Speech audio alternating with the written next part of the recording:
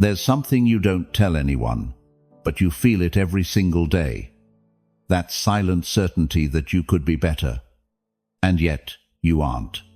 That sense that there's a stronger, clearer, more disciplined, more grounded version of you, a version that always seems one step ahead while you keep colliding with the same impulses, the same fears, the same excuses. And the hardest part isn't failing. The hardest part is failing knowing the enemy isn't out there. It's inside, and you know exactly where it lives. Strange, isn't it? How you can have plans, goals, promises, motivation, and still feel like something inside you sabotages everything at the last second. As if there were an inner force that prefers you to repeat your story rather than write a new one. A force that isn't evil, but is comfortable, dangerously comfortable. And in that comfort, your days dissolve, your opportunities fade, your character weakens. Maybe you've felt it when you wake up late, even though you wanted to rise early. Or when you say, "I'll start tomorrow," knowing tomorrow will look exactly like today. Or when you repeat a behavior you swore you'd never return to. Or when you look at your life and realize you've spent more time reacting than deciding, more time surviving than building. And that's where the real pain appears. It's not that you don't know what to do. It's that you don't know how to turn it into action. That's why you're here. Because at some point in your story, something inside you started to get tired. Tired of excuses, of repeated cycles, of impulses running the show, of emotions steering your life without your permission. Tired of being a prisoner of your own mind. Tired of looking outward for order when the chaos is inside.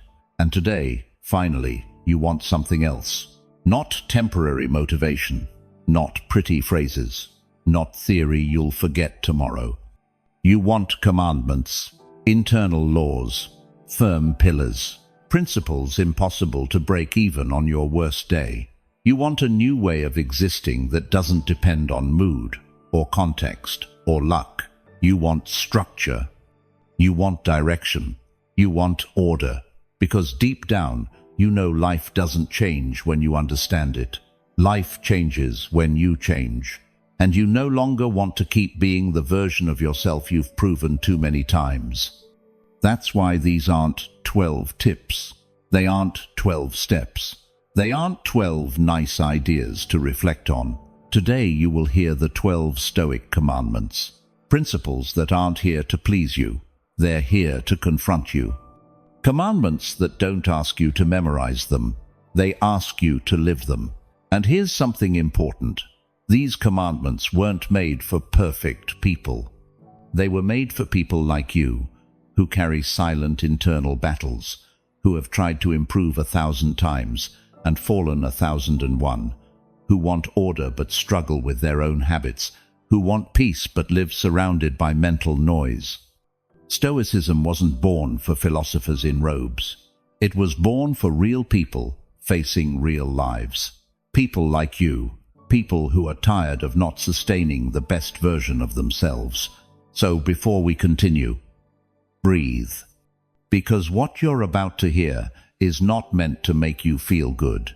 It's meant to make you wake up, to hit you with clarity, to open a door that only opens once, the door where you realize you're not destined to repeat your story, but to rewrite it. If you stay until the end, something inside you will shift.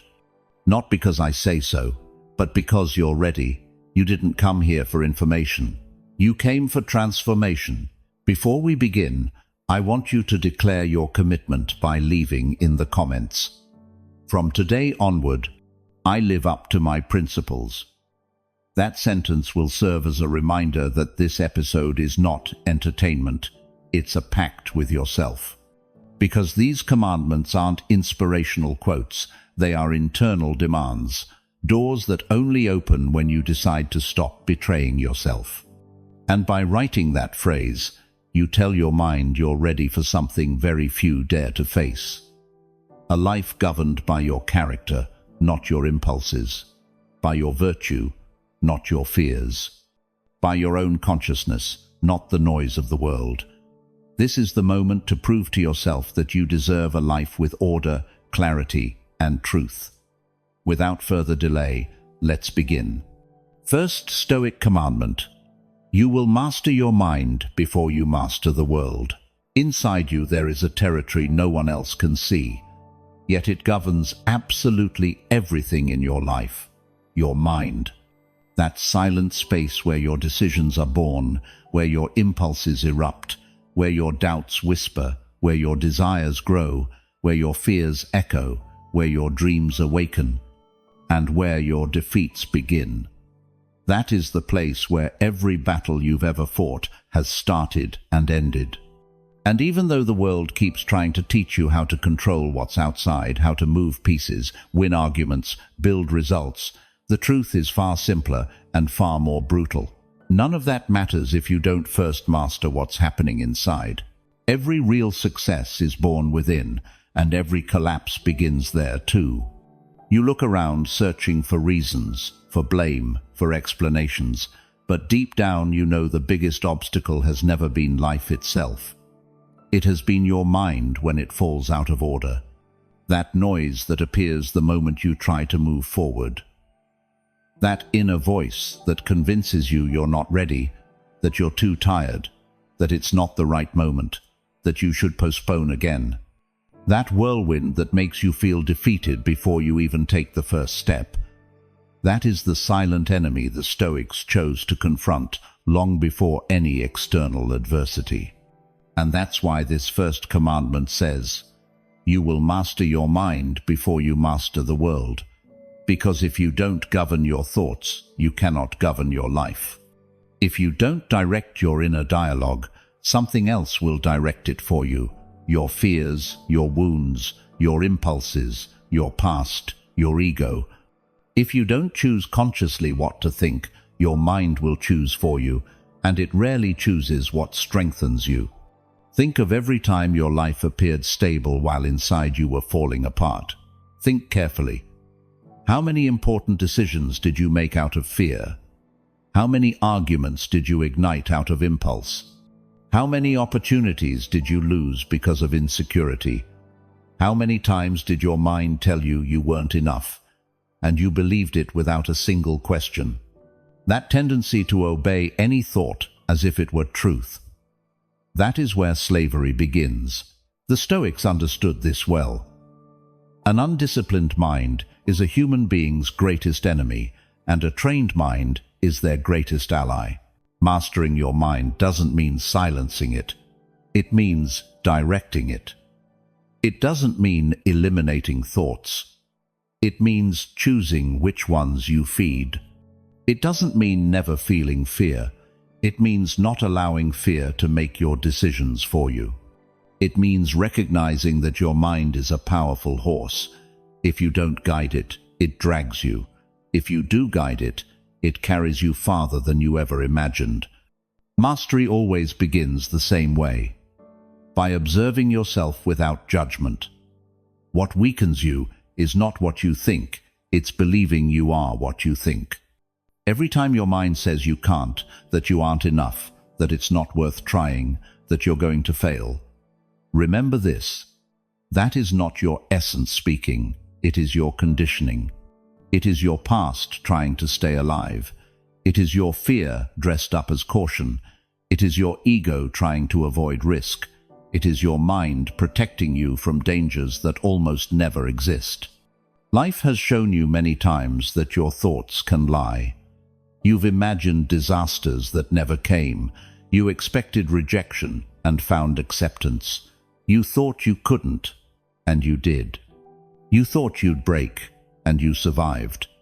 So if your mind has been wrong so many times, why do you keep obeying every word it says? The Stoics understood the mind exaggerates, anticipates, dramatizes, clings, trembles, and you are not obligated to follow that movement. To master it is to look at a thought and say, "This is an idea, not a command." It is to ask, "Does this thought strengthen me or weaken me?" It is to choose consciously, whether you let it in or let it go. It is cutting the chain between impulse and action. It is breathing when your ego wants to react. It is observing when fear tries to take control. It is remembering your purpose when your mind hands you excuses. Most people live reacting, not deciding. They live from what they feel, not from what they choose. They live from noise, not from reason. And that's why they repeat stories, repeat mistakes, repeat patterns they know are hurting them. It's not a lack of knowledge, it's a lack of inner mastery. That's why this commandment is the first, because everything else is built here. Your discipline, your peace, your strength, your clarity, your capacity to love, your success, your resilience, all of it depends on the quality of your mind. Mastering it requires daily practice. Writing to understand yourself, breathing to calm yourself, questioning your thoughts to free yourself, acting even when your mind says, "I don't want to." It requires patience, because the mind does not surrender easily. It is used to commanding. It is used to being believed.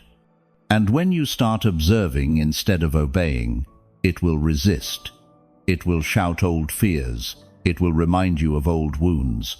It will try to push you back into comfortable habits. But that is exactly where your real strength is born. In that second, when you don't surrender to your mind, and your mind begins to surrender to you. Mastering your mind does not make you cold or distant. It makes you free. Free to decide how you want to live. Free to act even when you feel afraid. Free to stay calm when everything around you moves. Free to focus when others get distracted. Free to build your life from the inside out, not from external chaos. The world out there may be a storm, but if your inner world is solid, nothing breaks you.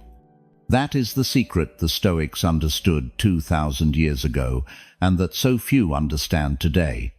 The true victory is not conquering the world, but conquering yourself. Because when you do, everything external loses its power over you. Opinions, losses, doubts, comparisons, noise, time, destiny. And here is the most revealing part. When you master your mind, the world stops being an enemy and becomes raw material. Everything teaches you, everything strengthens you, everything shapes you. Pain becomes training. Discomfort becomes discipline. Uncertainty becomes awakening. Failure becomes refinement. Adversity becomes revelation. And life stops feeling like a battlefield and becomes a territory you know how to walk with strength and calm. That's why this first commandment is non-negotiable. It's not optional. It's not theoretical. It is the foundation of everything. Because if you don't master your mind will master you. And if that happens, nothing you accomplish outside will matter. But if you do master it, if you guide it, if you train it, then everything that used to hold you back begins to push you forward. Everything that once hurt begins to shape you. Everything that once scared you begins to expand you. And there, right there, your freedom begins. Second Stoic commandment. You will accept reality without embellishment. Most human suffering doesn't come from reality itself, but from the story we build to avoid facing it. You've felt that impulse to soften what hurts, to disguise what's uncomfortable, to invent explanations so you don't have to acknowledge what, deep down, you already know simply is. And when you do that, the mind gets lost in a maze of interpretations, assumptions, and desires. But reality always remains exactly the same, intact, indifferent, waiting for you to look at it directly, without filters or illusions. That moment is one of the hardest and, at the same time, one of the most liberating experiences a human being can have. Accepting reality without embellishment is not resignation. It is clarity. It is the art of seeing things as they are, not as you wish they were.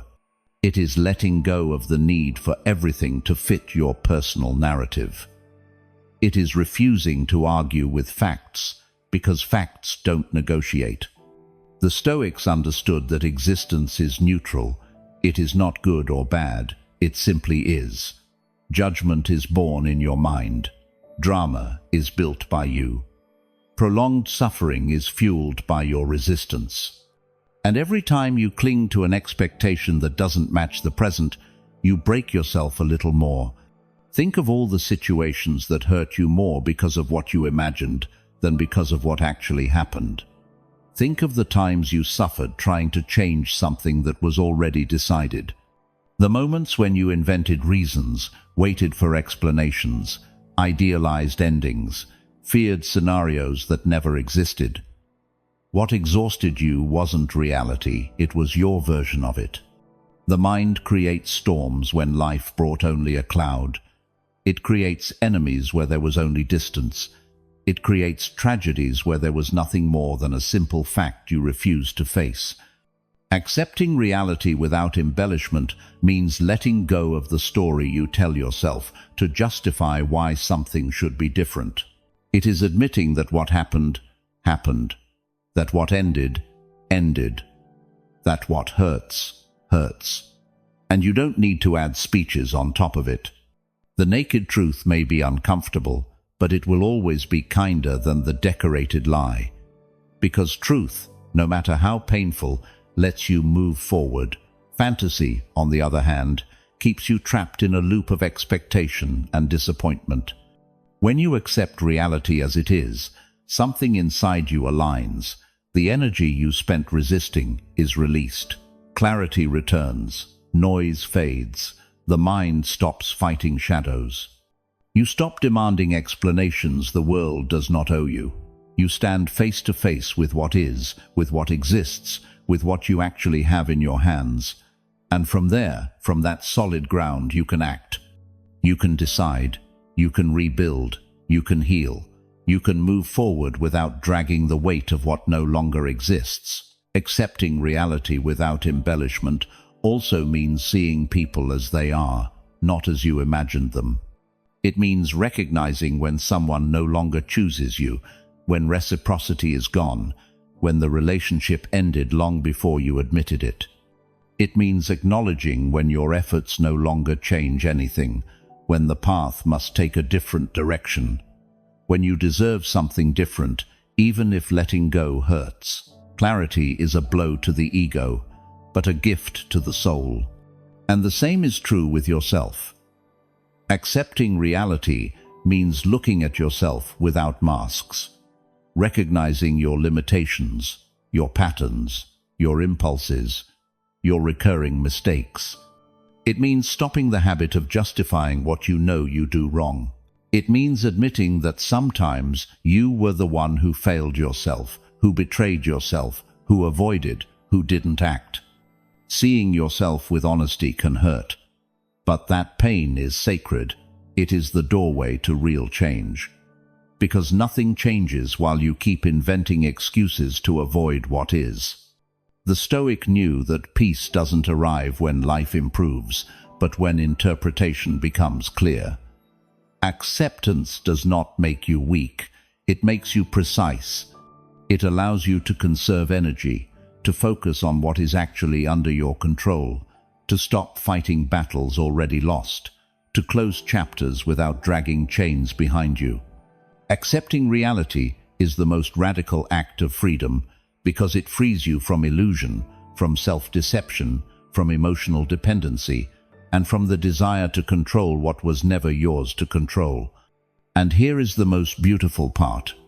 When you accept reality without adornment, you discover that many of the things you feared weren't threats. They were signals. Signals that you needed to move forward, that you needed to let go, to rebuild, to realize that life wasn't punishing you, it was repositioning you. That you weren't losing something essential, you were making space for what truly belongs in your life. Accepting reality is not an ending, it is a beginning. It is stripping your mind of the right to sabotage you. It is welcoming clarity. It is walking with firmness, knowing that the only thing you need to be at peace is the courage to see life exactly as it is, not as your fear describes it. Third Stoic commandment: what you cannot control will not disturb you. There comes a moment in life when you finally understand that no matter how hard you try, how many times you replay a scene in your mind, or how many possibilities you attempt to anticipate, there are things that will never be in your hands.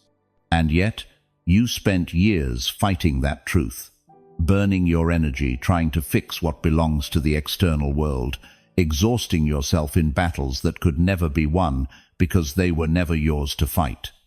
This commandment is not a pretty phrase. It is an act of mental survival. It is the recognition that your peace dies a little each time you try to govern what the universe never assigned to you.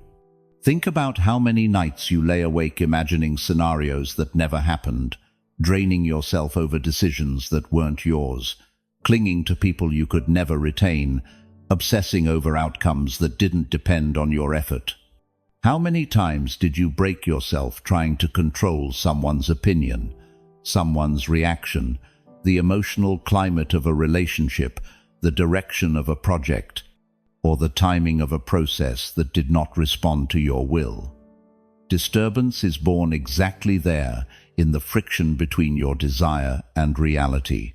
It's not what happens that hurts you, it's that it doesn't happen the way you wanted. The Stoics understood this with surgical precision. The mind destroys itself when it tries to grasp what is not within its power.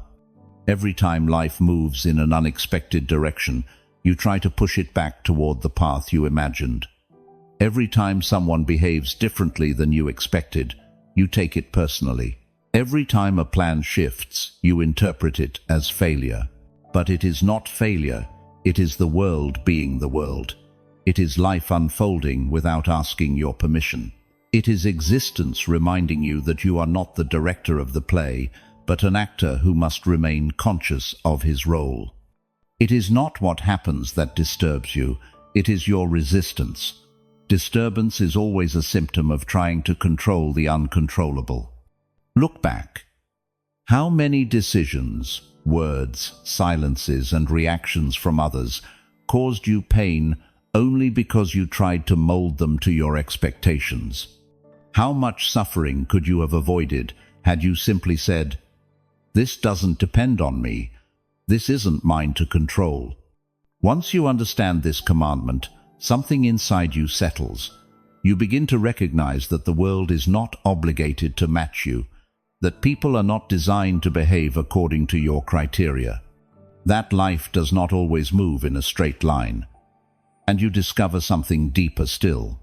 Your true freedom begins when you accept the separation between what you can influence and what you must let be. Not controlling does not mean surrendering. It means redirecting your strength to where it can actually create transformation. Your character, your decisions, your habits, your perception, your way of responding. Your hands cannot shape the world, but they can shape you.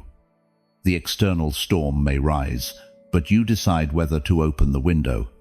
The person who disappoints you may continue behaving the same way, but you decide whether their actions govern your emotional state. The project may fail, but you decide whether to interpret it as defeat or redirection. Notice how clinging to what you cannot control drains you. Anxiety appears because you expected someone to reciprocate. Anger emerges because you believed the outcome should have been different. Frustration arises when you confuse effort with entitlement. But the universe does not operate on guarantees.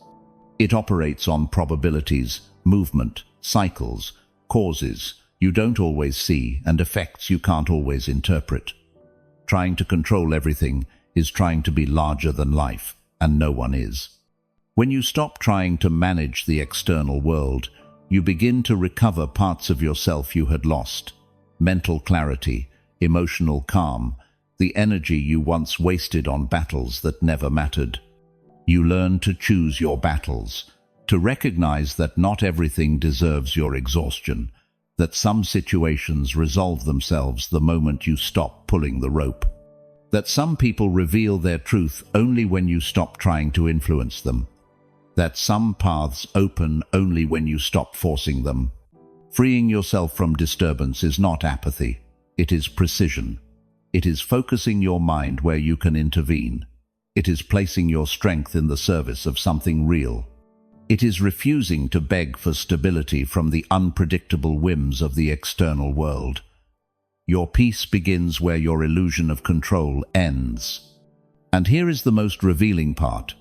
When you release what you cannot control, paradoxically, you begin to influence what is yours more effectively, because you no longer act from anxiety, but from clarity.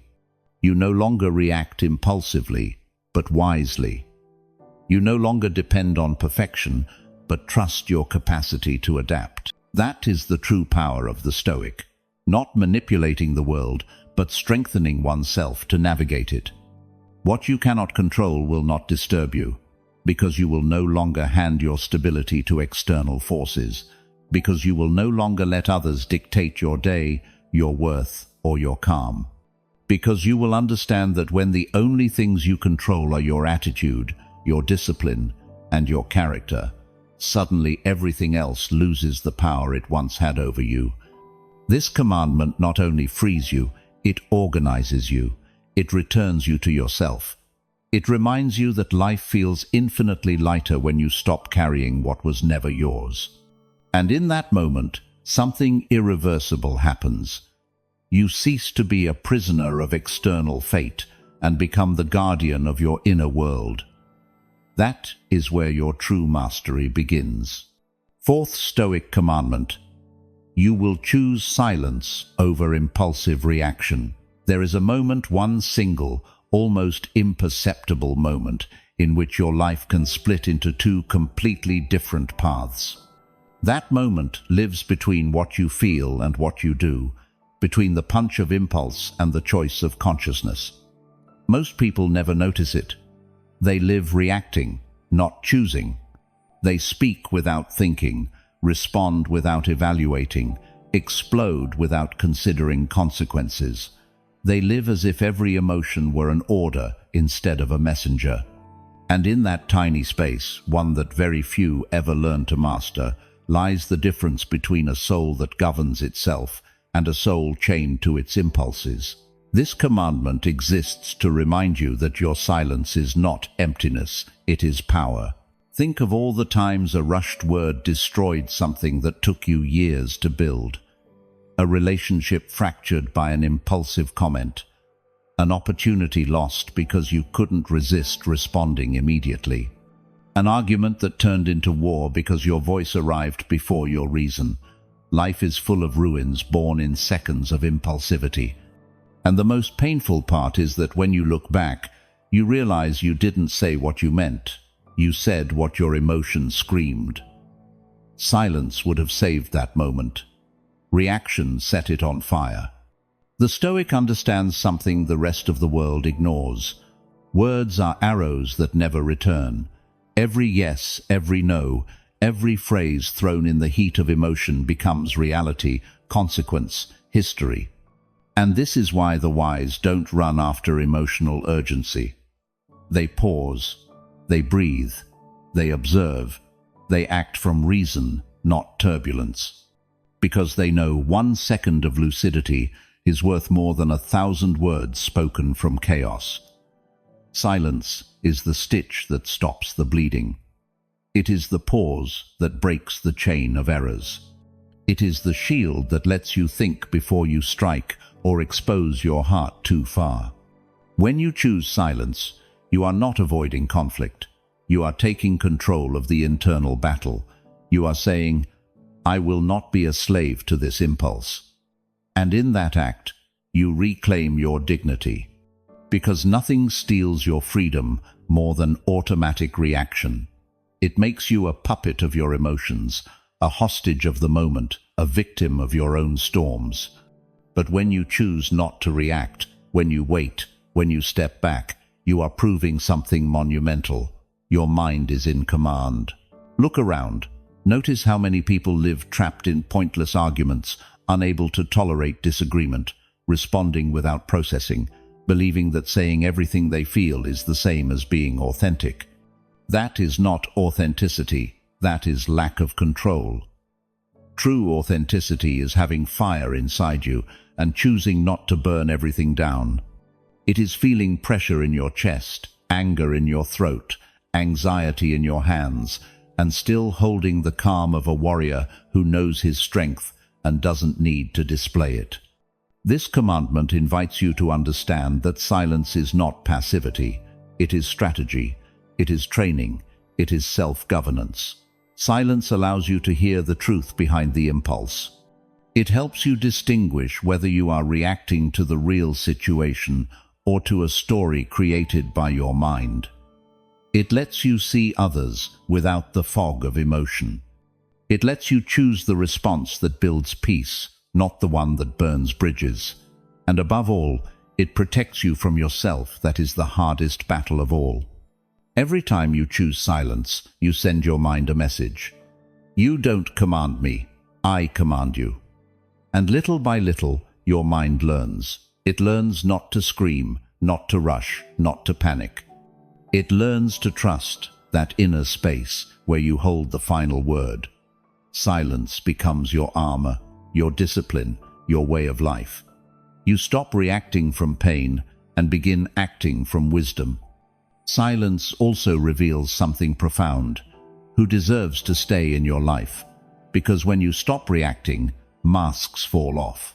Those who only sought a fight walk away. Those who valued your reaction become irritated. Those who manipulated you through conflict lose their power. Silence is a filter that leaves around you only what can survive calm. But do not misunderstand this commandment. It does not mean staying quiet always. It does not mean letting others walk over you. It does not mean abandoning your voice.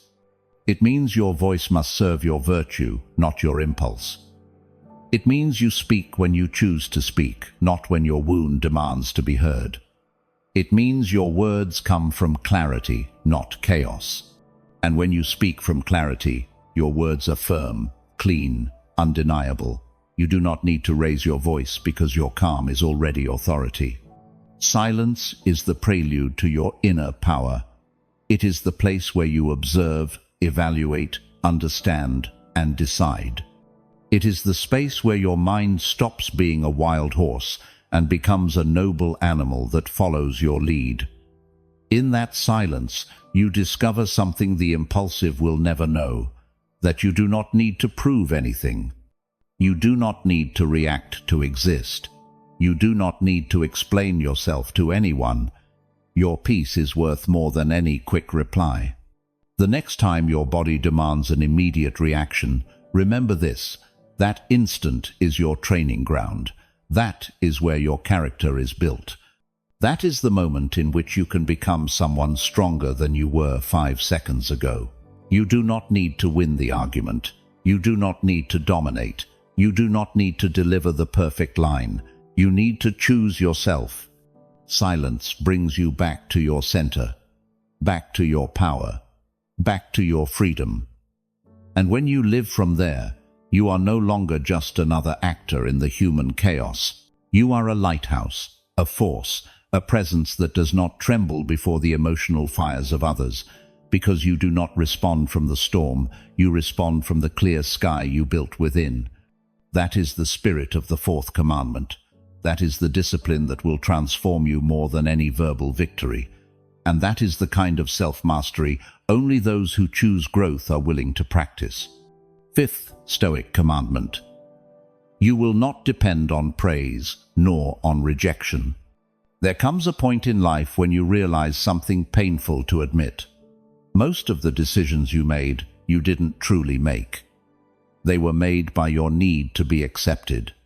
Many times you spoke, acted, yielded, or even betrayed your own limits, just to avoid losing a look, a comment, an applause, a brief validation that lasted seconds and left you empty for days. And yet you kept chasing it, as if your worth depended on someone else's opinion. as if your identity were a coin others could raise or lower, depending on their mood that day. This commandment exists because that dependence has destroyed more minds than poverty, failure, and loneliness combined. Those who live enslaved to praise never live in peace, and those who live fearing rejection never live in freedom. The Stoic breaks both chains. Pause for a moment and reflect. How many times were you afraid to say what you truly thought because you feared disappointing someone? How many times did you soften your boundaries so you wouldn't be called dramatic? How many times did you postpone your goals because someone close to you hinted they were unrealistic? How many times did a compliment swell your chest with temporary worth, only to crush you when that same praise stopped coming? Nothing binds you more tightly than the need for approval. Nothing manipulates you more than the desire to be liked. And nothing makes you forget who you are faster than living dependent on applause. The Stoics understood that depending on praise is just as fragile as depending on rejection, because the person who needs applause collapses in silence, and the person who fears criticism collapses in life. Other people's opinions are wind. They shift, they move, they disappear. But if you build your worth upon that wind, your entire life becomes a constant trembling. And the cruelest part of that trembling is that it never ends. Today they praise you and you feel powerful. Tomorrow they ignore you and you feel invisible. Today they approve of you and you think you're progressing. Tomorrow they disagree and you fall apart. Most people live this way, expanding and shrinking according to what others say. But that is not your path. Imagine, just for a moment, what it would feel like to live without fear of disappointing anyone, without the anxiety of needing to be liked, without the constant urge to prove that you are enough. Imagine walking through life without checking who's watching, without analyzing whether your words pleased someone, without asking if your decisions were understood. Freedom doesn't feel light at first. It feels strange, because your whole life you were trained to seek approval, not to stand on your own. But when you finally do it, when one day you say, "I don't need your agreement to know who I am," something ignites inside you that never goes out. Praise can be more dangerous than criticism. Criticism forces you to know yourself, but praise seduces you into blindness. Praise convinces you you're on the right path even when you're not. Criticism confronts you, but praise comforts you. And that comfort has destroyed countless inner empires. How many people stopped growing because they got used to hearing, "You're amazing"? How many stopped questioning themselves because everyone applauded them? How many stopped advancing because they believed they'd already arrived? Praise is sweet, but deceitful. Rejection is rough, but honest. The wise pursue neither. The wise stand on virtue, not on the audience's reaction. When you live dependent on praise, you become an actor. Every word you measure to please, every action you shape according to the crowd, every decision you stain with the wrong question, "What will they think?" But when you stop acting, when you take off the costume, when you choose your truth over expectation, something miraculous happens. Your voice becomes firmer, your steps become clearer. Your life stops being a performance and becomes a path. You no longer respond to what others expect. You respond to who you are. This commandment asks something enormous of you. Stop negotiating your worth. Because the opinions of others, good or bad, are noise. Sometimes useful, mostly irrelevant, destructive, when you turn them into a compass. How do you know if you are a slave to praise? It's simple. If a compliment lifts you, a criticism will drop you. If applause affirms you, silence will crush you. If someone's opinion guides you, someone else's opinion will derail you. The day you remain the same in front of applause and in front of complaint is the day you'll be free. But this does not happen overnight. It is trained. Every time someone praises you, observe your mind. Notice whether you feel validated or simply grateful. Notice whether your self-esteem rises or remains calm. Every time someone criticizes you, observe again. Notice whether you react or reflect. Notice whether you collapse or simply register it as another piece of information. Emotional independence is not born from closing your heart, but from strengthening it. It is losing fear of judgment because judgment no longer dictates your decisions. The Stoics repeated the same truth again and again. What others think is not under your control. What you do with it is. Once you understand this, you stop trying to convince the world. You focus on cultivating virtue, on honoring your word, on sustaining your discipline. Praise no longer fuels you, and rejection no longer poisons you. Both become irrelevant because you are centered on your conduct, not on external perception. This commandment will cost you people.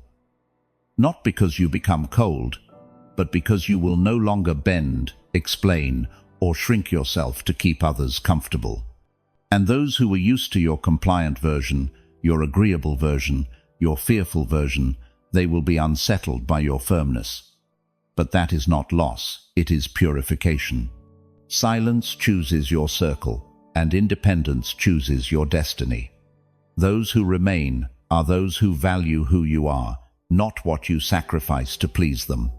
There will come a day when someone praises you and your heart won't inflate.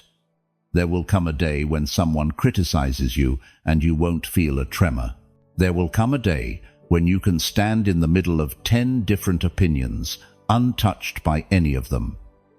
On that day, you will have understood this commandment. On that day, you will have reclaimed your freedom. On that day, you will have healed one of the deepest human wounds, the need for approval. Do not depend on praise. Do not fear rejection. Both are distorted mirrors. Your worth does not live in someone else's mind. Your worth lives in your character, your conduct, your word, your virtue, your discipline, your coherence. When you remember this, no comment can elevate you too high nor destroy you completely. You own your stability. You own your inner voice, and that is the only approval that truly matters. Sixth Stoic commandment: you will cultivate discipline as a form of self-love. Most people talk about discipline as if it were an obligation, a burden, an exhausting effort that only a few can sustain. But the Stoics understood something far deeper. Discipline is not punishment, not rigidity, not repression. It is an act of respect toward yourself. It is treating yourself with the dignity you deserve, not because the world demands it, but because you know the life you want will not appear out of nowhere. And this is where most people fail, not from lack of ability, but from lack of commitment to their own well-being. Discipline is not harshness, it is care.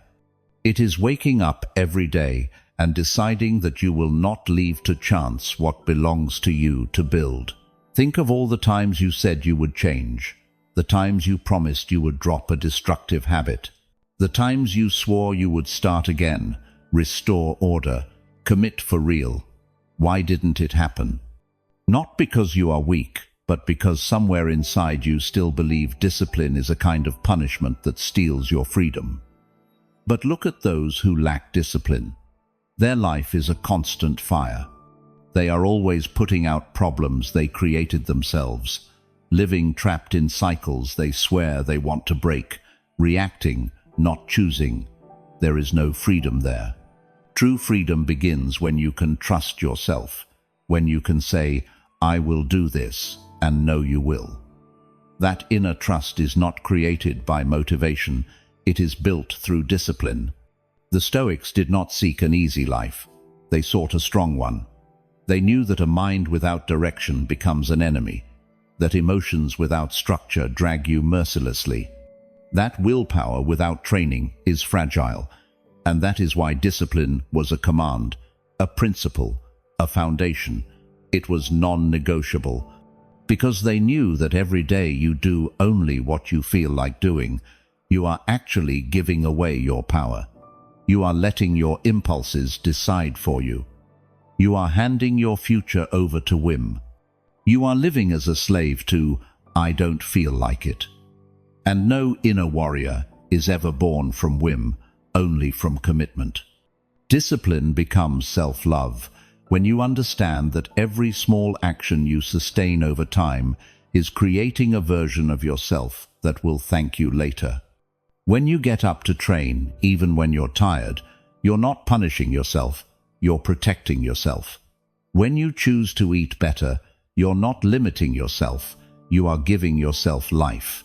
When you choose to study, read, reflect, tidy your environment, fulfill responsibilities even when no one is watching, you're not oppressing yourself, you're honoring yourself.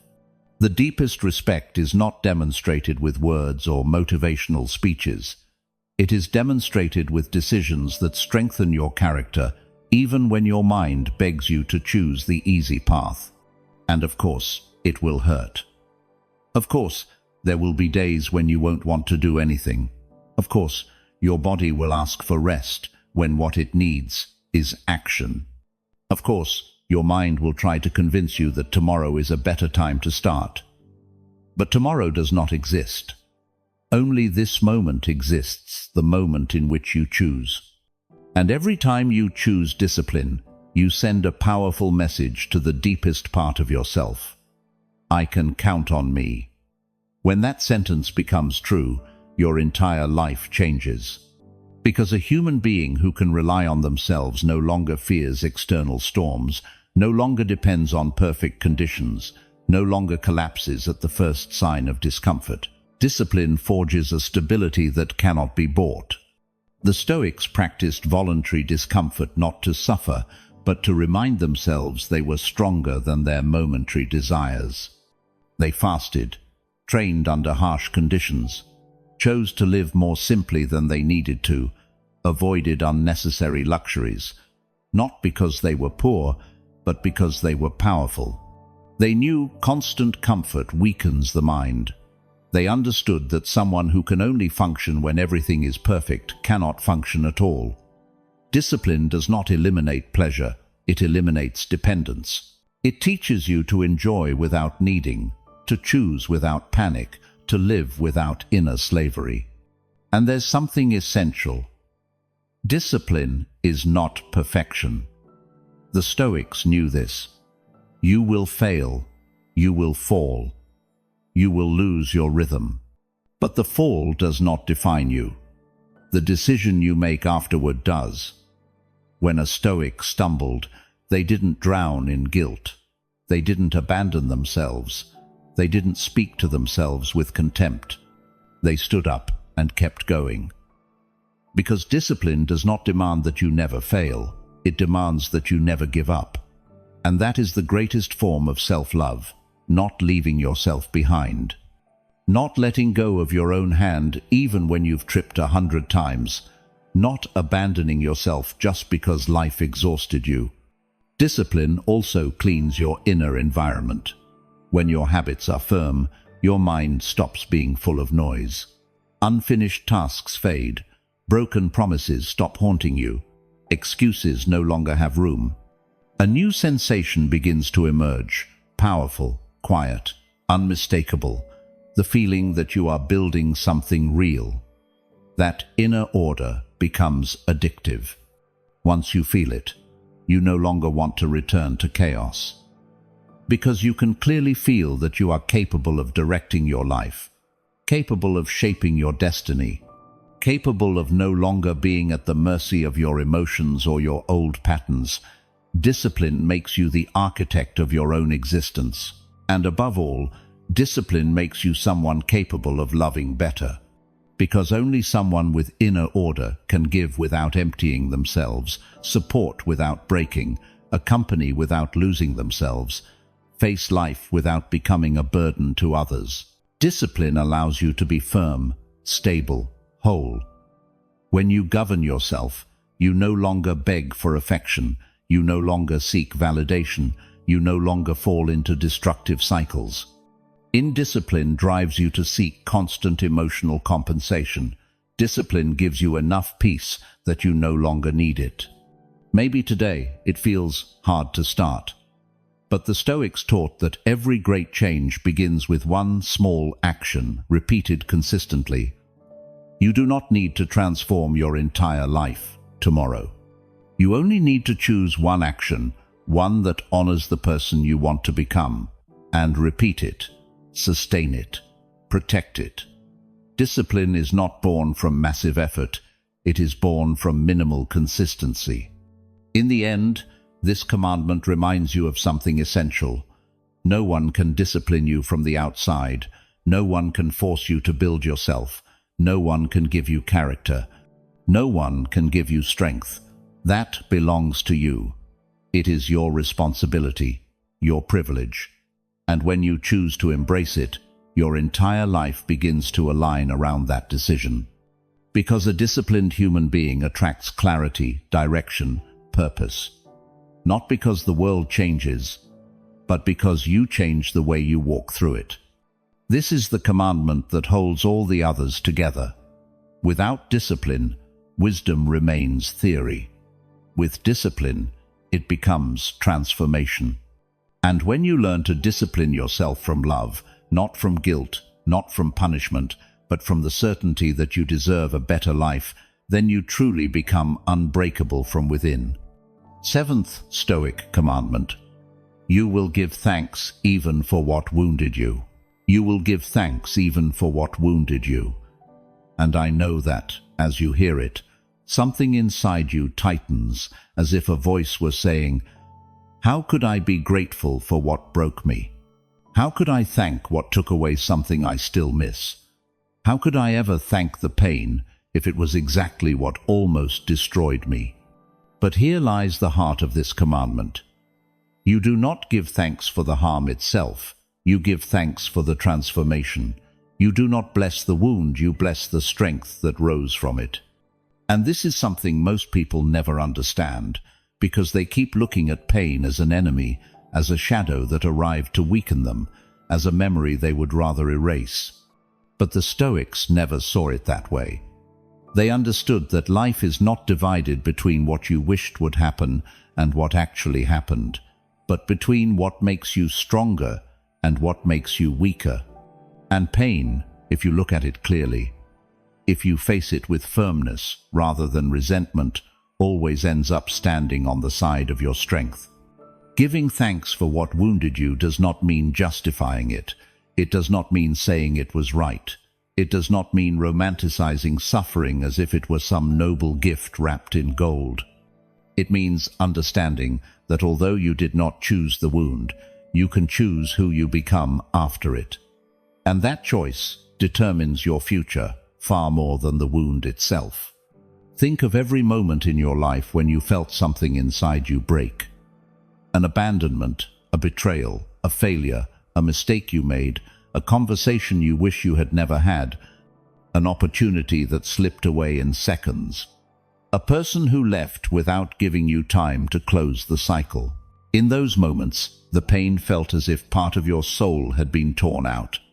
But look at yourself now. You are still here. You are still breathing. You are still trying to understand, to grow, to rise. That means something. It means the pain did not defeat you.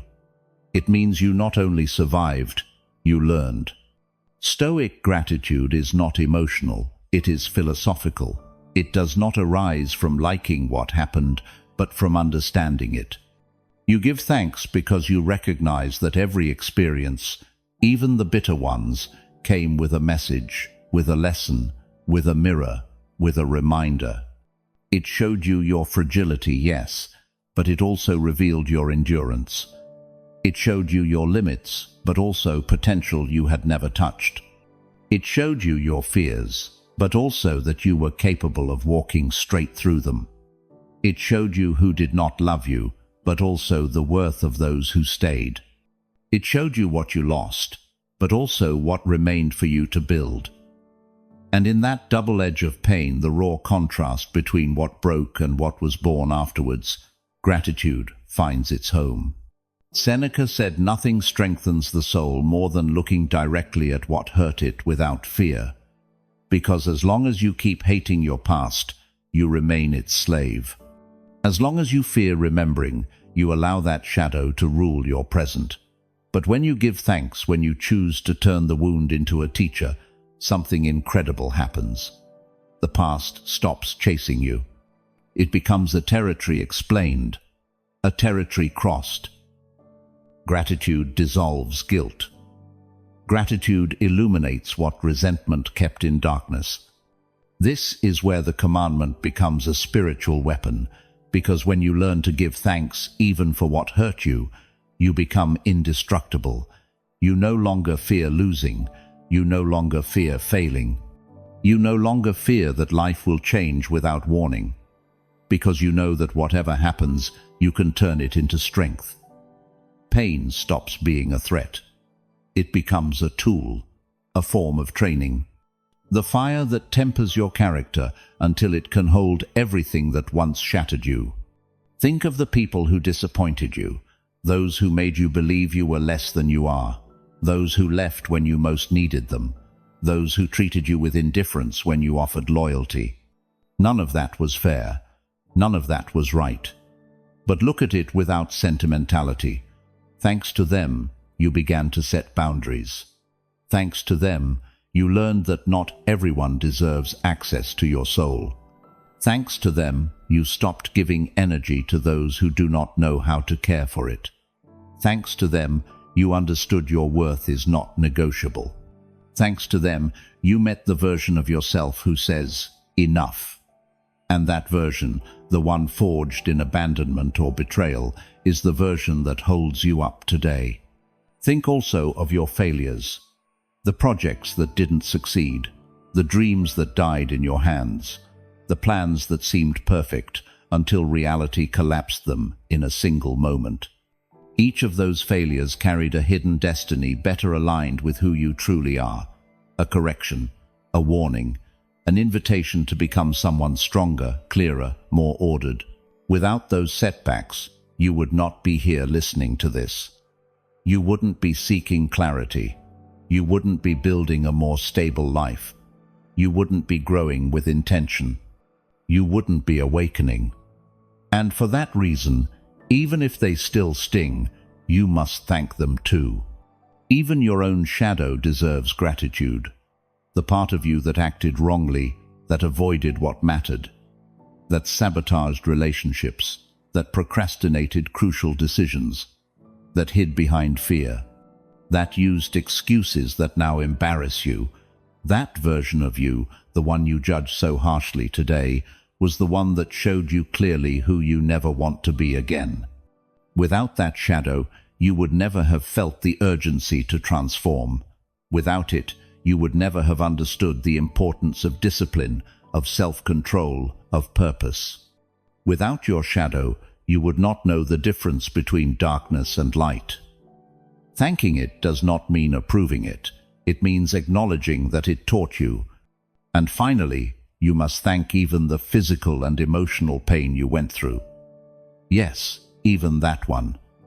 The pain that stole your sleep. The pain that left you frozen. The pain that forced you to rethink everything. The pain you did not ask for, did not seek, that fell upon you like a violent storm.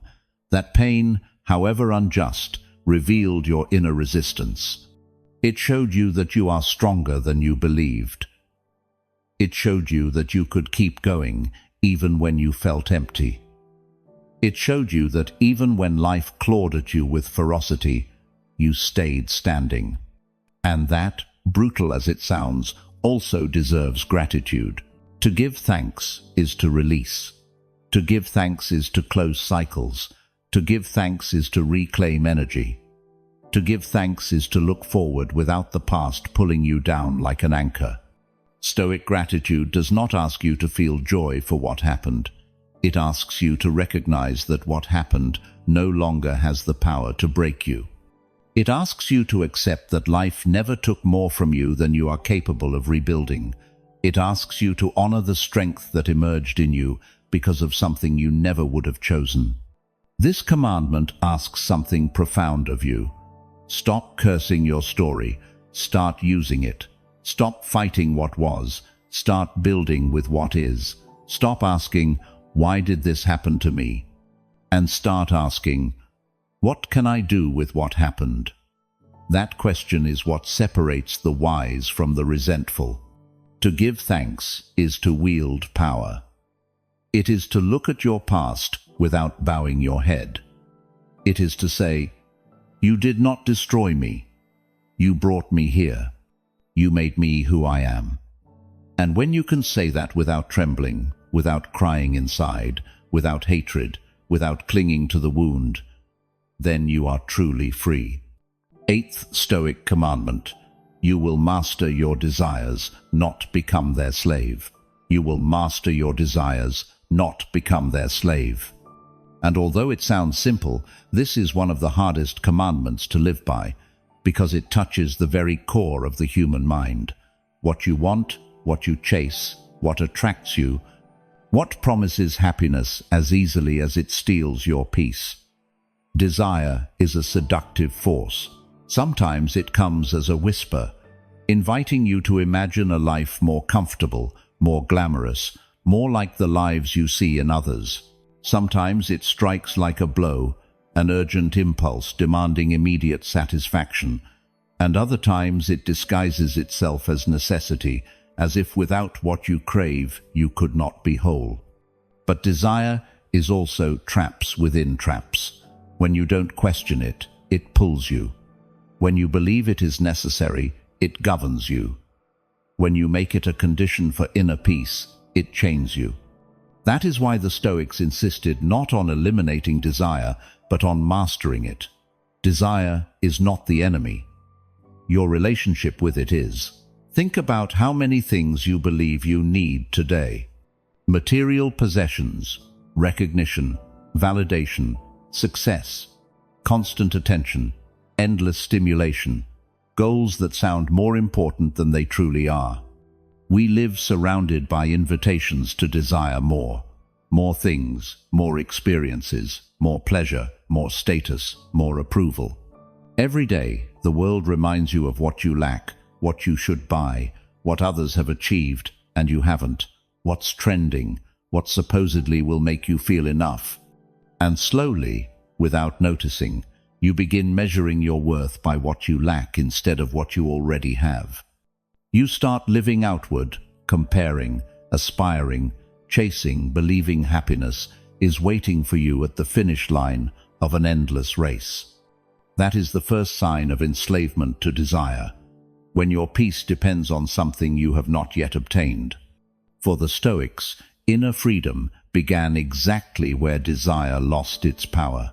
They understood that nothing has more control over a person than what they desperately want. Unchecked desire makes you vulnerable. It pushes you to negotiate your dignity, your time, your energy. It makes you say yes when you should say no. It makes you chase people who don't value you because you think you need their affection. It makes you work in jobs you hate because you think you need a certain lifestyle that doesn't give you peace. It makes you buy things you can't afford to impress people who don't think about you.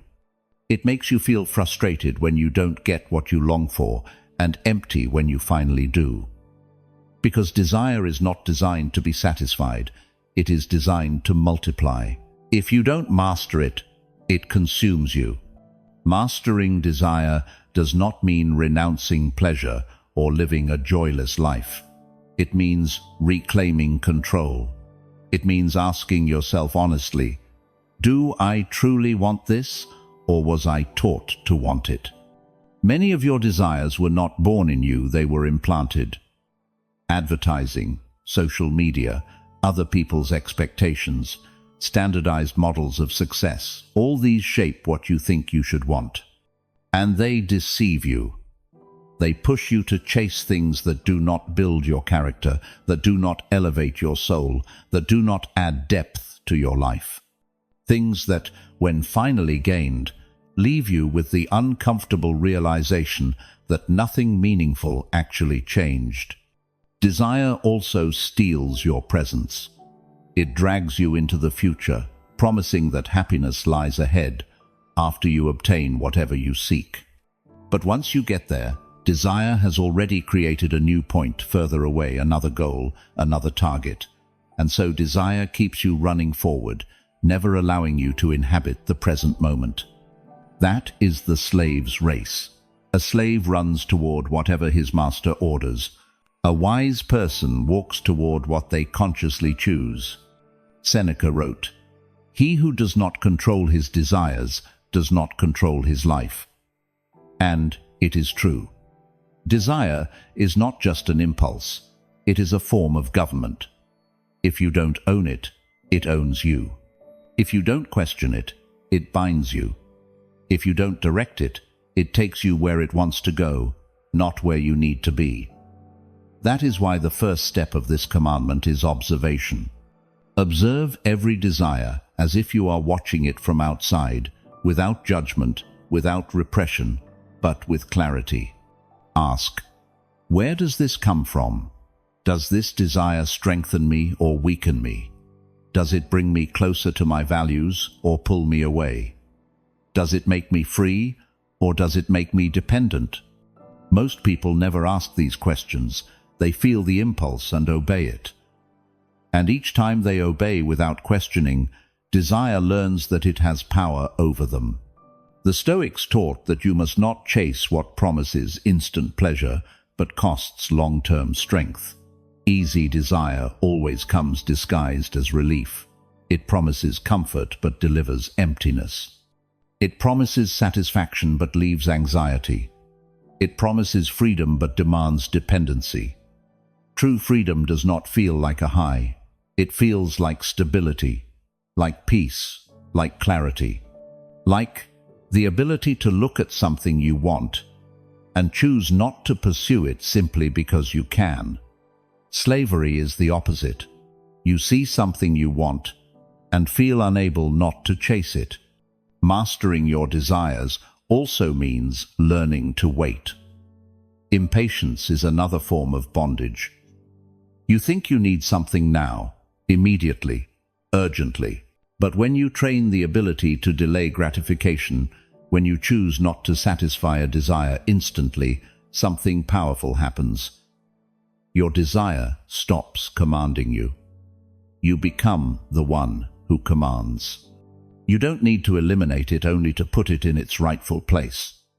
And its rightful place is obedience to your reason, not to your impulse. Sometimes the desire that enslaves you most isn't material, but emotional. The desire to be accepted, the desire to be loved, the desire not to feel alone, the desire for validation. These desires, when unexamined, drag you into harmful relationships, into silences that wound you, into tolerating behaviors that crush your dignity. They make you believe you need something external to feel complete.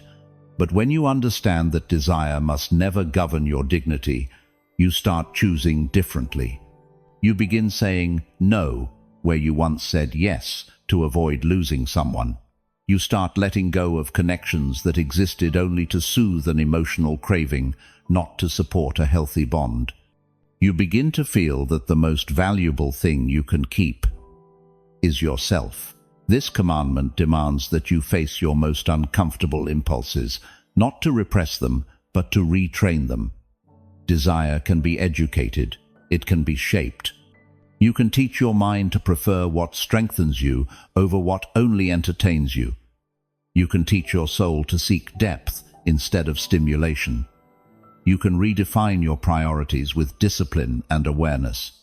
Because in the end, desire does not disappear, it transforms.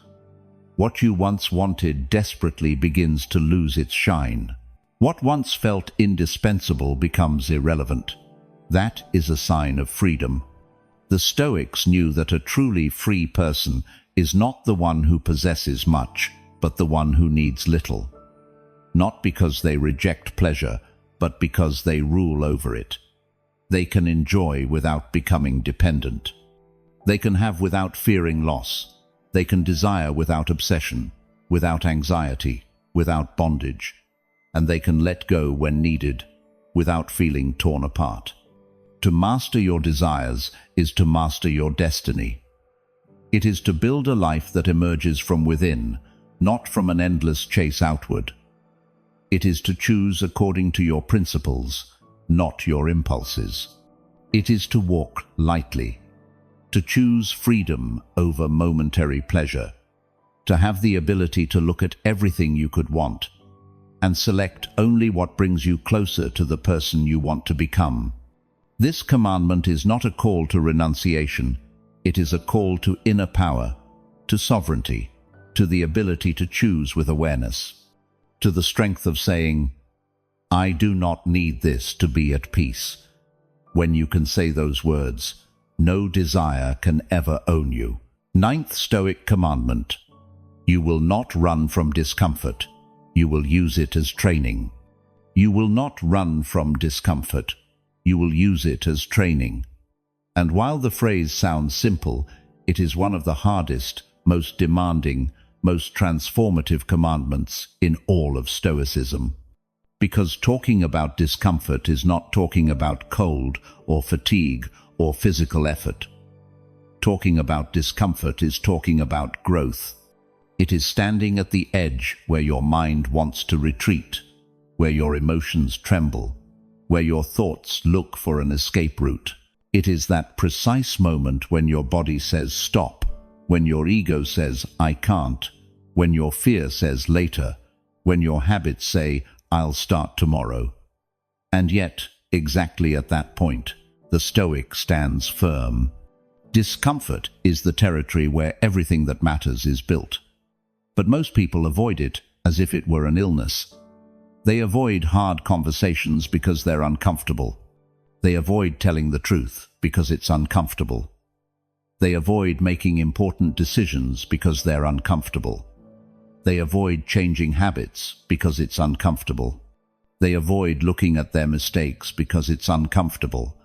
They avoid letting people go because it's uncomfortable. They avoid training because it's uncomfortable. They avoid getting up early because it's uncomfortable.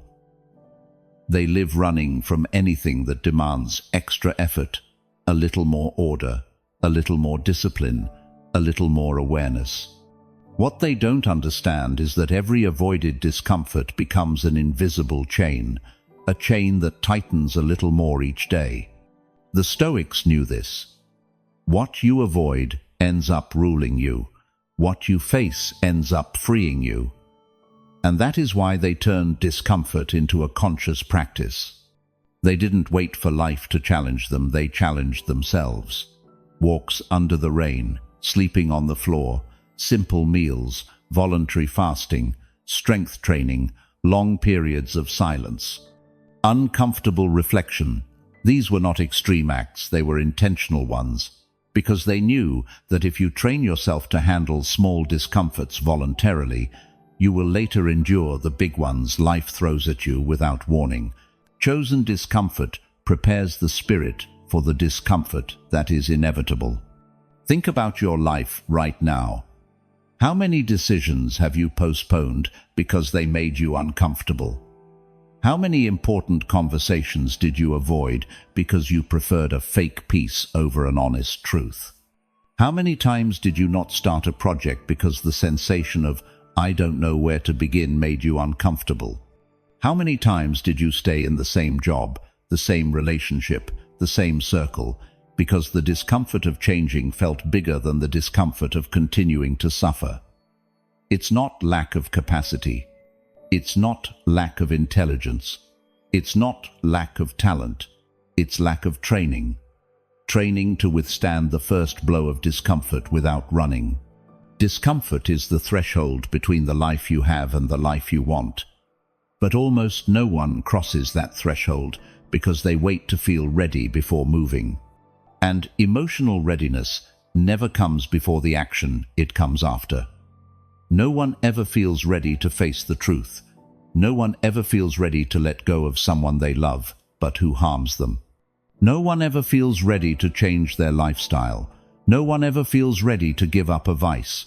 No one ever feels ready to take a different path. Readiness doesn't come before effort.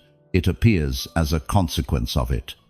That is why the Stoic doesn't wait to feel ready. He steps forward anyway, and in that step, in that exact minute, when he moves despite fear, growth happens. This commandment asks something uncomfortable from its roots. Stop running. Running from yourself, from your emotions, from your habits, from your unresolved decisions. Because as long as you run, you will remain a slave. The discomfort you avoid today becomes the torment you will face tomorrow. But the discomfort you choose today becomes the freedom you will enjoy tomorrow. That is the difference between useless pain and useful pain. Useless pain comes from avoiding what you must face. Useful pain comes from confronting what you need to face. Only the latter builds character. When you decide to use discomfort as training, you stop fearing it.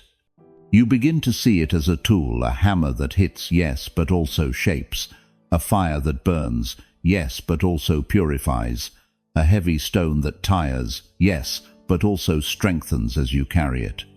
Discomfort stops being an enemy when you understand that behind every obstacle, a stronger version of you is waiting. Not a smarter one, not a more successful one, a stronger one, a more sovereign one, a freer one. Discomfort also reveals who you really are.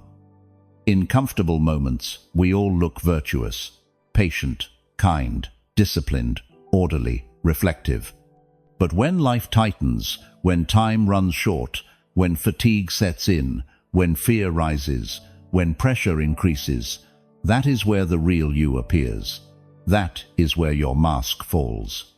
That is where your impulse betrays you or sustains you. That is where your discipline shows up or disappears. And that is good. Because only when you see who you really are can you reshape yourself into who you want to become. Discomfort is a brutal mirror, but a fair one. The Stoics also knew that discomfort not only strengthens, it clarifies. When you experience failure, rejection, loss, or collapse, you suddenly see what truly matters. What is essential stays. What was superficial falls apart. People who were there out of convenience drift away. People who are there out of love stay. Dreams born of ego disappear. Dreams born of the soul remain. Discomfort reveals your internal map. What is worth holding on to? What is worth letting go? What is worth rebuilding? Without discomfort, you would still be living asleep in a comfortable but false illusion. That is why this commandment invites you to something powerful. Stop viewing discomfort as punishment. Discomfort is not punishment. It is a call. It is life knocking at your door, saying you can no longer remain the same person, that it is time to expand, that it is time to choose yourself, that it is time to leave behind the weaker, fearful, avoidant, reactive, confused, chained version of you. Discomfort is the sign that you are growing even when you can't see it, even when it hurts, even when it feels like you're going backwards. Sometimes growth feels like breaking. But you're not breaking, you're opening. Using discomfort as training means incorporating small voluntary challenges into your daily life. Habits that feel uncomfortable but make you stronger.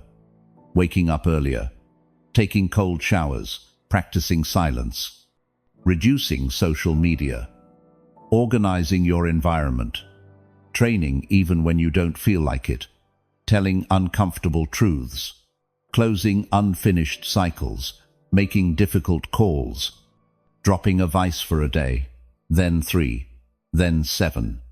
Each small act builds. Each tiny victory strengthens a mind that no longer reacts impulsively, no longer runs emotionally, no longer gives up easily. Voluntary discomfort trains your ability to act even when your mind protests. It trains the most important Stoic skill, doing what is right even when you don't feel like it. Because feelings are temporary, but virtue remains, strength remains, discipline remains. And peace, true peace, only comes when your mind knows it can trust you not to run when things get difficult. If today you are in a moment of discomfort, you are not losing, you are being trained. You are being shaped by life to carry what you once asked for in your dreams. Because every big dream demands a strong back. Every deep purpose demands a tempered mind. Every real growth requires walking through a bit of darkness. Don't run. Breathe. Move forward. Use it. Every discomfort you face is a brick in the construction of your character. Every day you choose effort over escape. You grow inwardly, invisibly.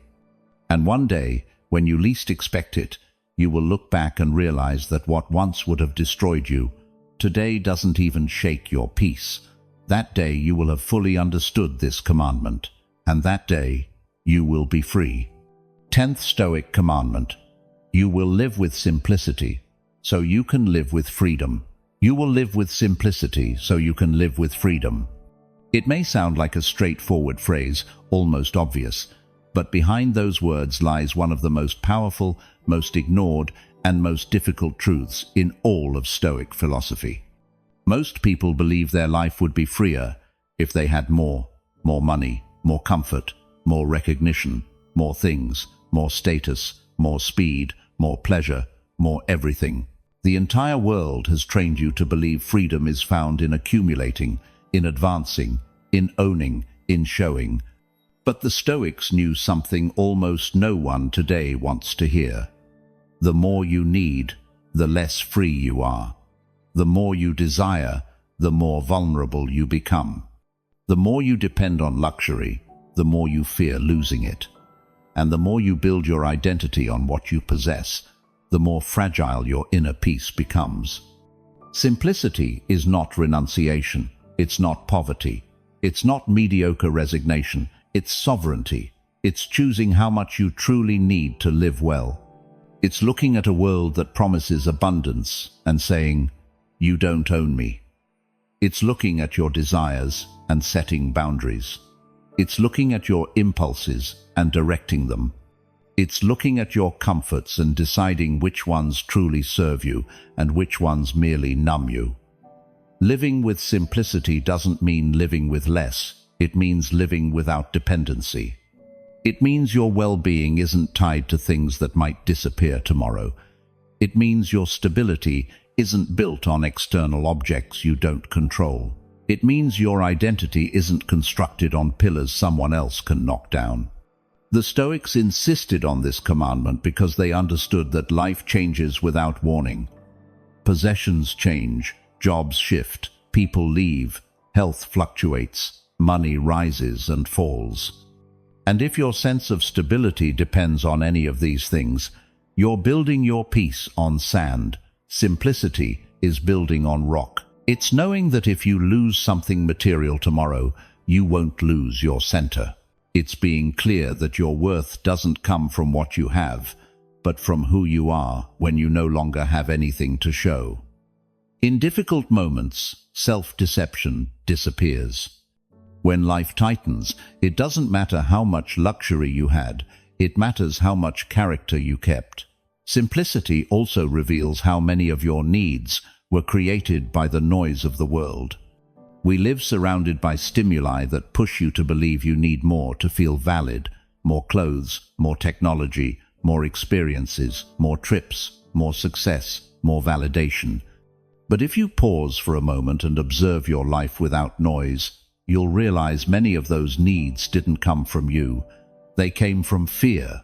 Fear of not fitting in, fear of not standing out, fear of not being enough, fear of appearing small in front of others. Those fears create artificial desires, and deep down, what you truly long for is not more, it's peace. But peace doesn't come from accumulation, it comes from release. That's why this commandment is so profound. It forces you to brutally examine what burdens you're carrying that were never yours. It invites you to see how many of your consumption habits are actually coping mechanisms for anxiety. It demands that you observe how many comforts you're maintaining simply because you're afraid to live without them, even though they add nothing real to your purpose. It questions how many things you believed you needed only because someone else convinced you. And most importantly, it calls you to ask who you would be if you dropped all those layers. Simplicity also protects your mind. Every object you own, every financial commitment, every lifestyle you try to maintain requires energy. It demands attention. It requires upkeep. It consumes time. It drains effort. Without realizing it, what you bought to feel better becomes a silent burden. What you acquired for freedom becomes an obligation. The Stoics knew that the simpler your life, the lighter your mind. The lighter you are, the more adaptable you become. And the more adaptable you become, the freer you are before fate. Simplicity also strengthens your character because it forces you to find value in yourself, not in what decorates you. When you choose to live without excess, you discover how much you depended emotionally on external approval. You discover how much you soothed insecurity through displays of status. You discover how many decisions you made to impress rather than to live. You discover how often you chose comfort over correctness. Simplicity strips away those layers and leaves you face to face with your essence. It's uncomfortable, yes, but that discomfort is exactly what awakens your inner strength. Simplicity also prepares you for adversity, because someone who lives simply lives flexibly, and someone who lives flexibly is hard to break. When you don't need much to be well, life's blows hurt less. When your happiness doesn't depend on external variables, uncertainty affects you less. When your identity isn't tied to possessions, change doesn't crush you. The Stoic knows life will never be perfectly stable, but the spirit can be, and simplicity is the tool that makes that kind of stability possible. Simplicity also reveals true wealth. When excess disappears, the essential becomes visible. You enjoy the present more, you appreciate what you have more, you connect more with what's authentic. You see people more clearly. You value actions over status. You recognize beauty in the small things that used to go unnoticed. You don't need to adorn your life to feel it's worthwhile, because you understand that real richness isn't in what is big, it's in what is true. And what is true is always simple. But this commandment has an even deeper challenge: freeing the mind from constant desire. Not healthy desire, but compulsive desire, the one that pushes you to seek immediate gratification. We live in a world addicted to immediacy, which is why simplicity seems outdated. But simplicity is discipline, and discipline is freedom. Because every time you choose to wait, you choose to govern your impulse. Every time you choose not to buy, you choose to govern your anxiety. Every time you choose not to chase external validation, you choose to govern your ego. Every time you choose simplicity, you choose a stronger version of yourself. Simplicity is an act of courage, because going against a world obsessed with excess demands character, it demands clarity. It demands being willing to be misunderstood. It demands enduring the social discomfort of not following the crowd. It demands stepping out of a race you never signed up for. It demands making peace with not having what others have. It demands trusting that your worth is not born from the material. It demands that your soul carries more weight than your image. And that courage turns you into someone who lives from the inside out, not from the outside in. Imagine for a moment what your life would feel like if you freed yourself from excess. If you reduced your needs to what is essential. If you valued time more than money. If you chose human experiences over empty appearances. If you stopped going into debt to impress. If you lived a level below your economic capacity. If you stop chasing things that don't change anything inside you. Imagine the lightness. Imagine the freedom. Imagine how much mental space you'd recover. Imagine how much energy would return to you. Imagine the clarity you would gain. The world taught you to fear simplicity because it confuses simplicity with lack. But the Stoics knew simplicity doesn't take anything important from you.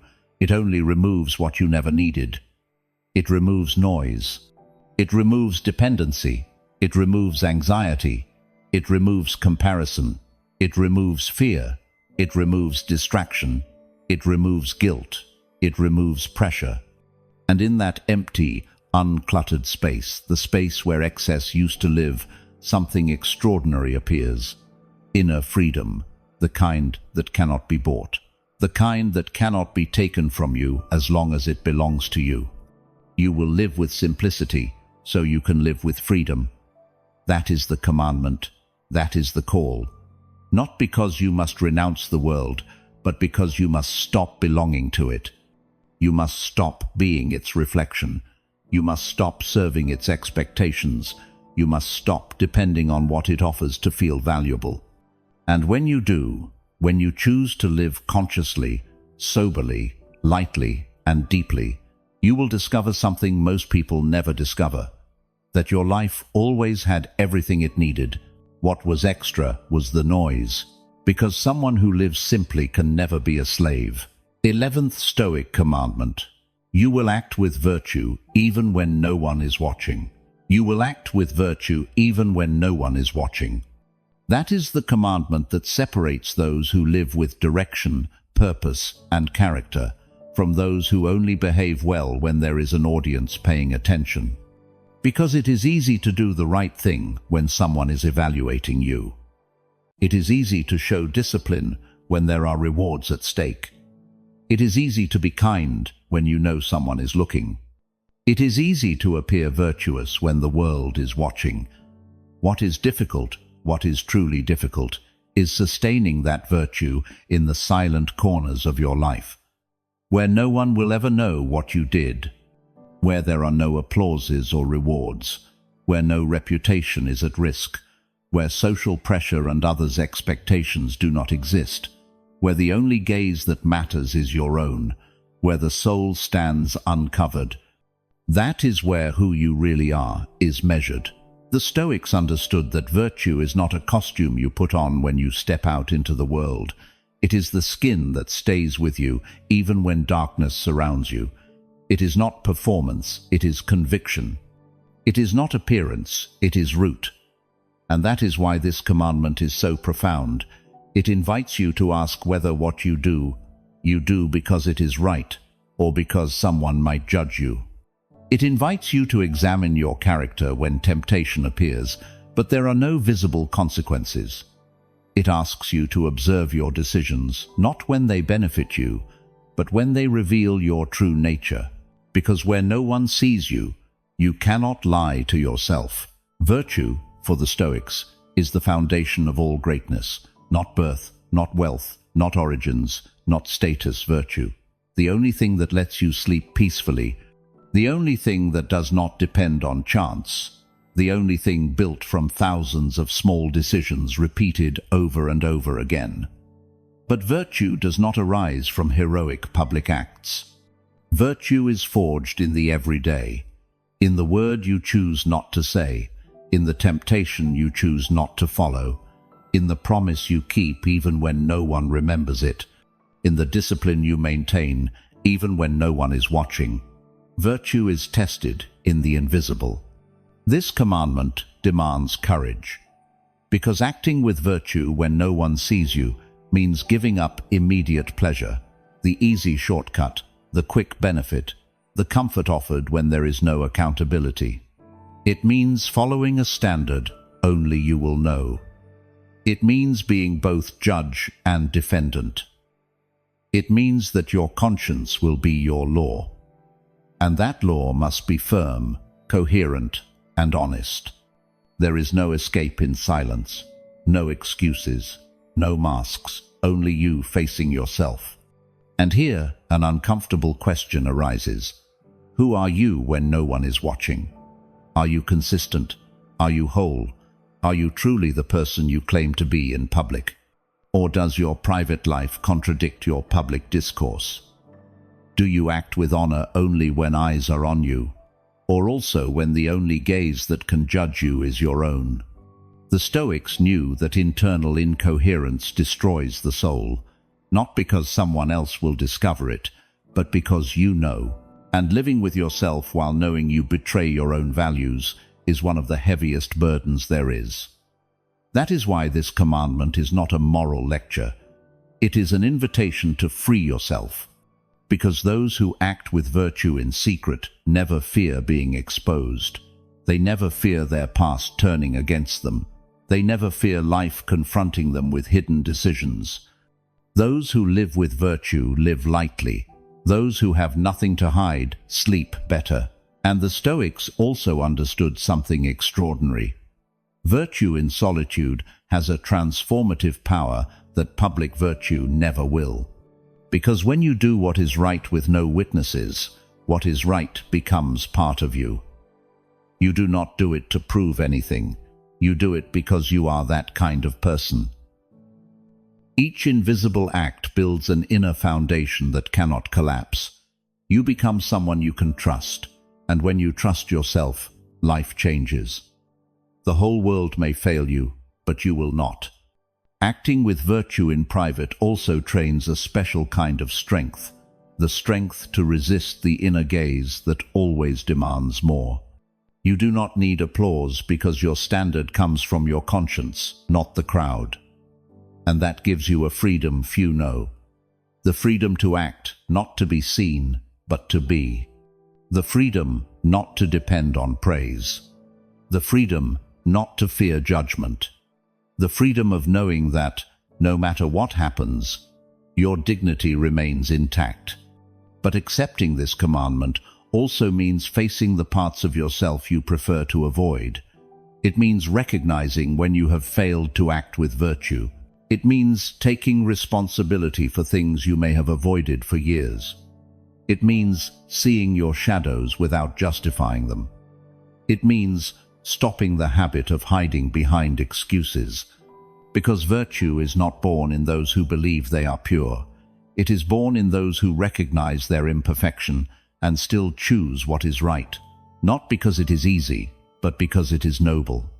Acting with virtue when no one is watching also has a mysterious effect on the outside world. It aligns things. When your hidden actions are clean, your paths tend to open. It is not magic, it is consequence.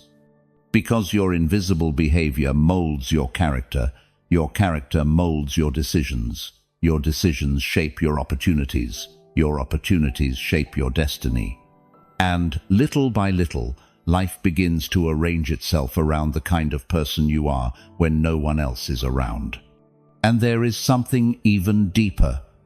When you act with virtue in secret, you train your soul to face uncertainty. Because the future is not guaranteed. The world changes, circumstances shift, people leave, opportunities transform. But character remains, and a virtuous character carries you even through chaos. Those who live with virtue in the invisible do not break in the visible, because the strongest light that exists is the one you generate when no one is applauding. This commandment also warns you against the temptation to justify your failures because no one will know. The Stoics understood that every act echoes inside you, even if no one else hears it. Every time you act against your values, even unnoticed, something inside weakens. And every time you choose virtue in private, even without praise, something inside strengthens. Your inner life has its own accounting. And the final sum will always reveal itself when adversity strikes. Think for a moment about your smallest decisions, those actions you take without thinking, without measuring, without witnesses.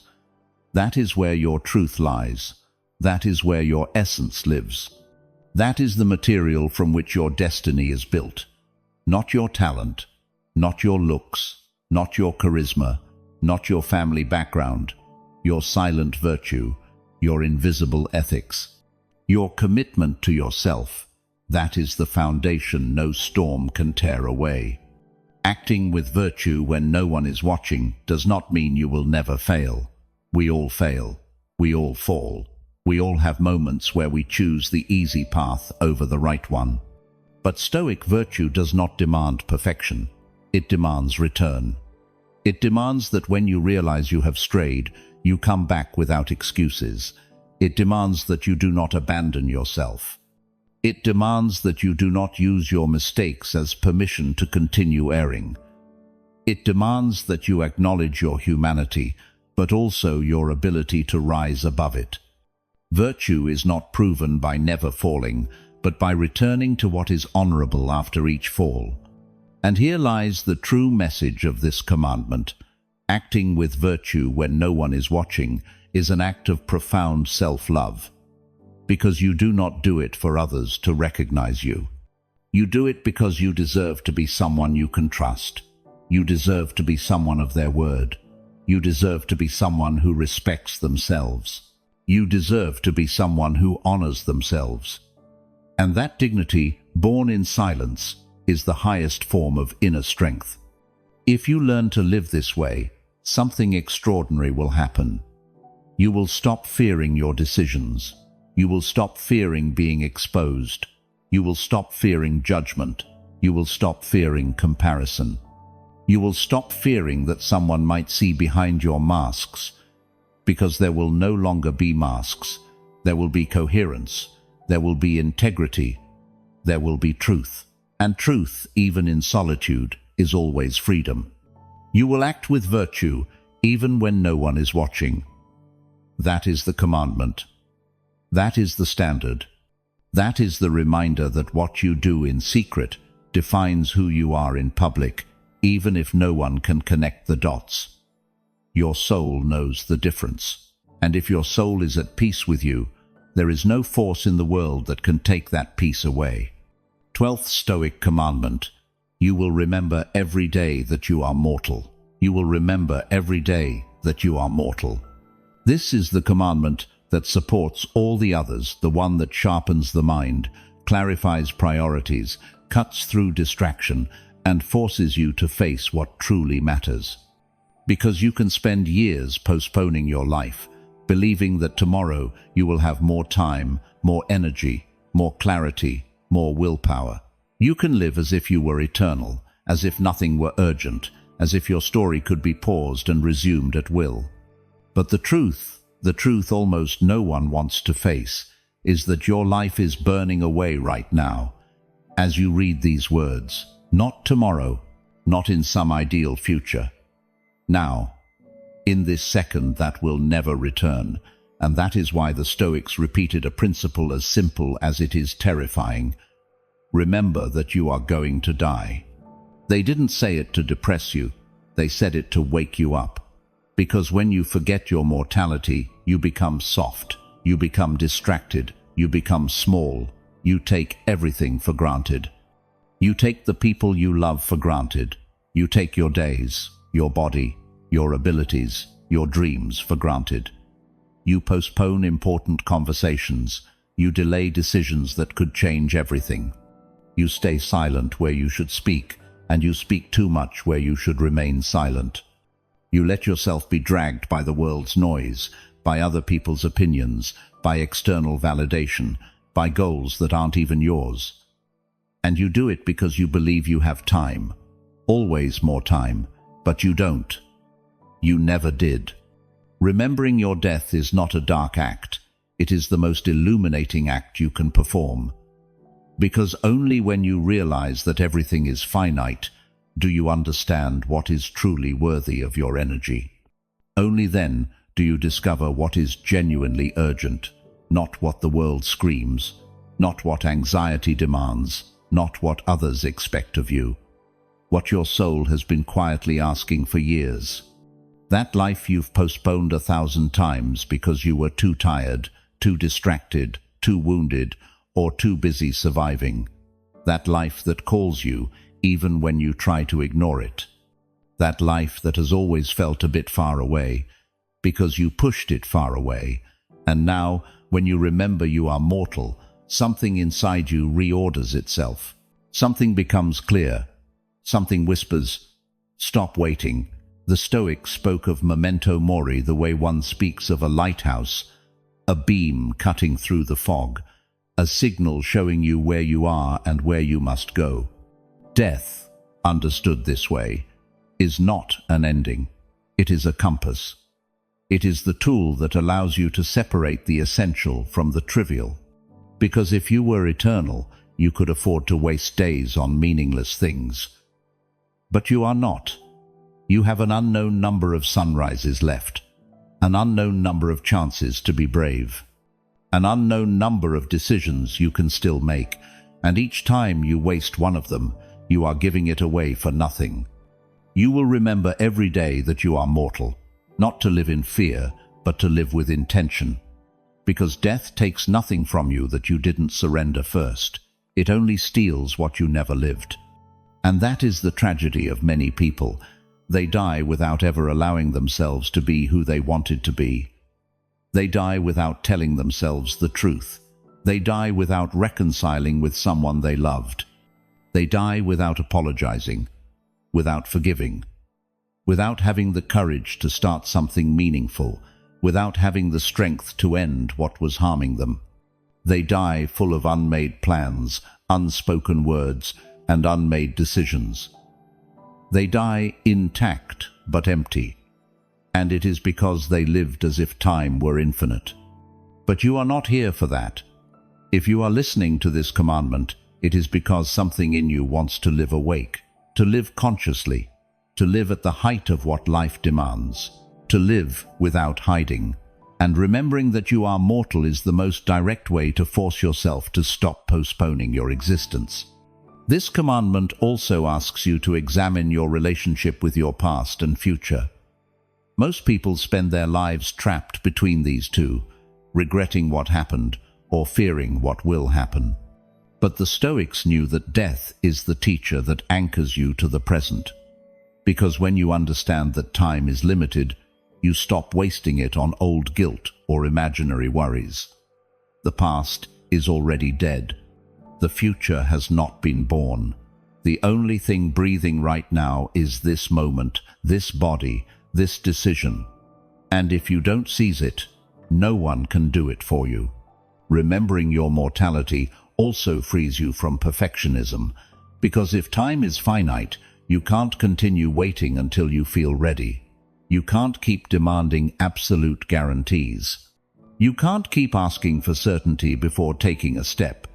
Death reminds you that risk is part of living, that starting late is still better than never starting, that acting imperfectly is more valuable than planning endlessly, that mistakes are signs of movement, and that staying paralyzed, waiting for the ideal moment, is just another way of dying while still alive.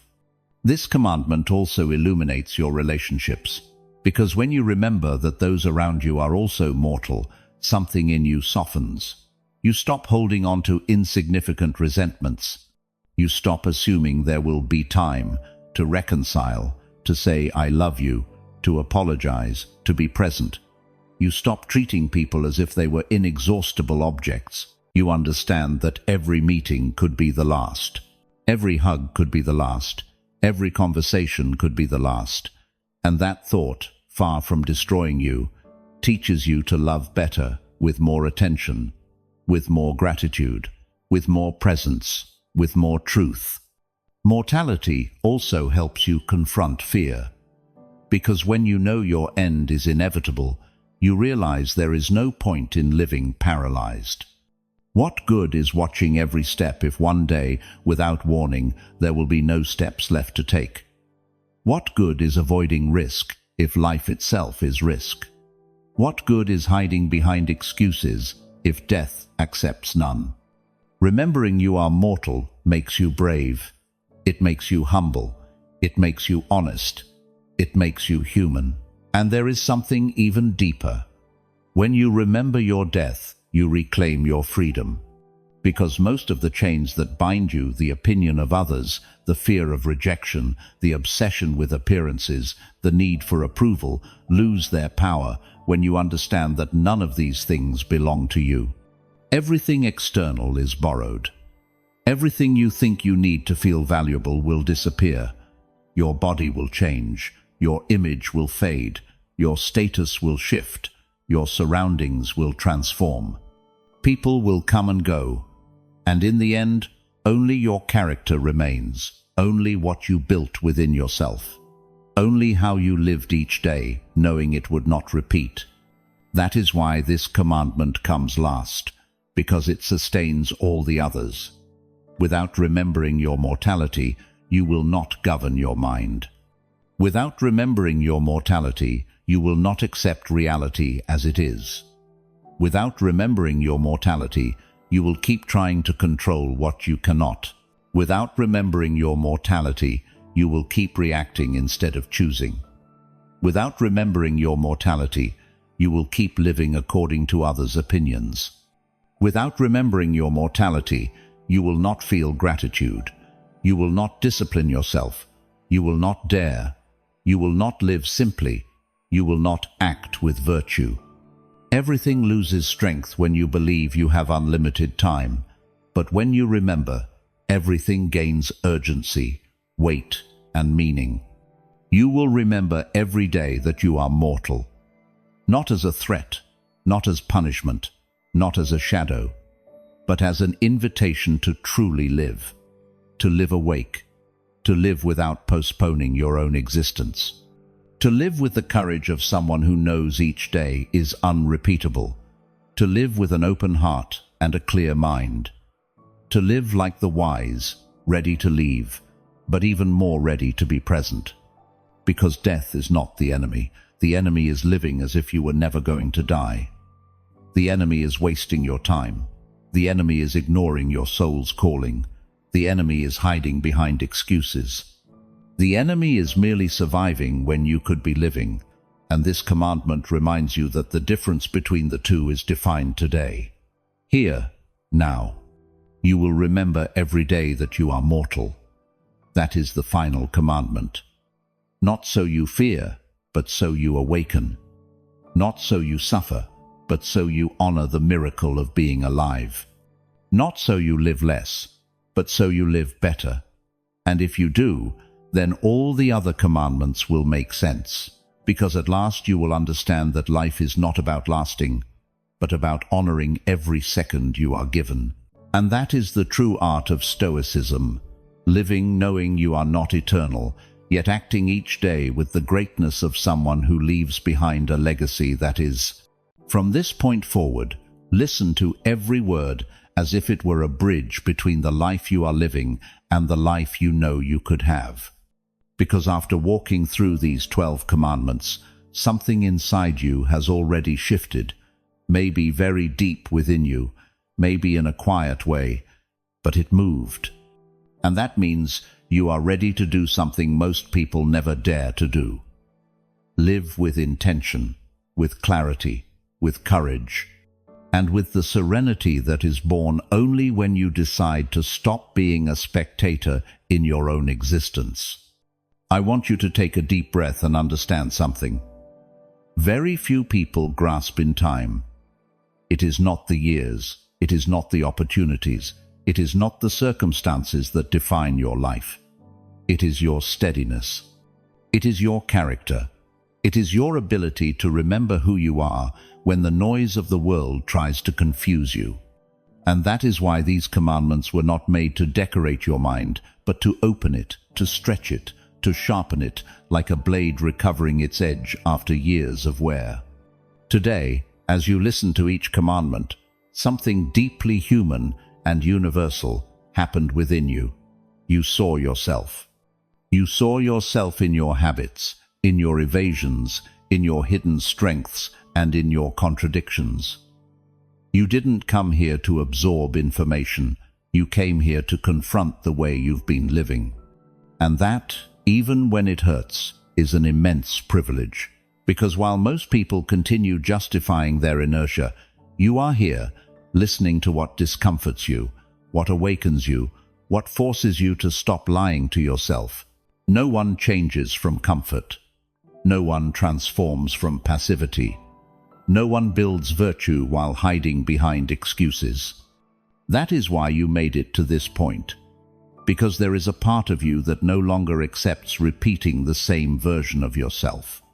A part that wants to become someone firmer, sharper, stronger. A part that is tired of living with inner noise, with doubts that chase you, with habits that drain you, with burdens you no longer wish to carry. The 12 commandments we walk through today are not external rules.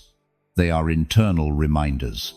Doors that open toward a way of living where suffering stops being a punishment and becomes a teacher, where discomfort stops being an obstacle and becomes training, where discipline stops feeling like a burden and becomes the purest expression of self-respect. Because discipline is not rigidity, discipline is respect. Discipline is telling yourself, you deserve to be someone you can trust.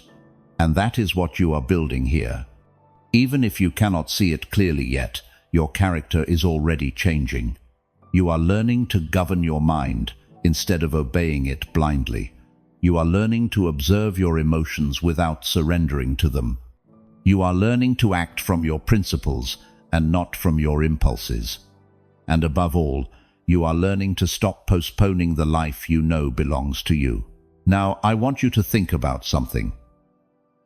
How many times you promised yourself you would change when you have more time, when the year begins, when everything settles? And even so, life has shown you again and again that waiting never works. Change does not appear when the perfect moment arrives. It appears when you decide to create it with what you have, from where you are, with the strength you can gather today. That is why the Stoic commandments are not a path outward, but inward. They are not trying to make you control the world.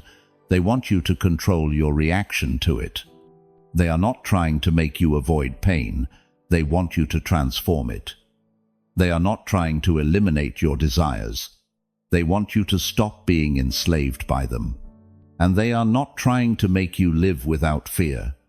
They want you to stop living dominated by it.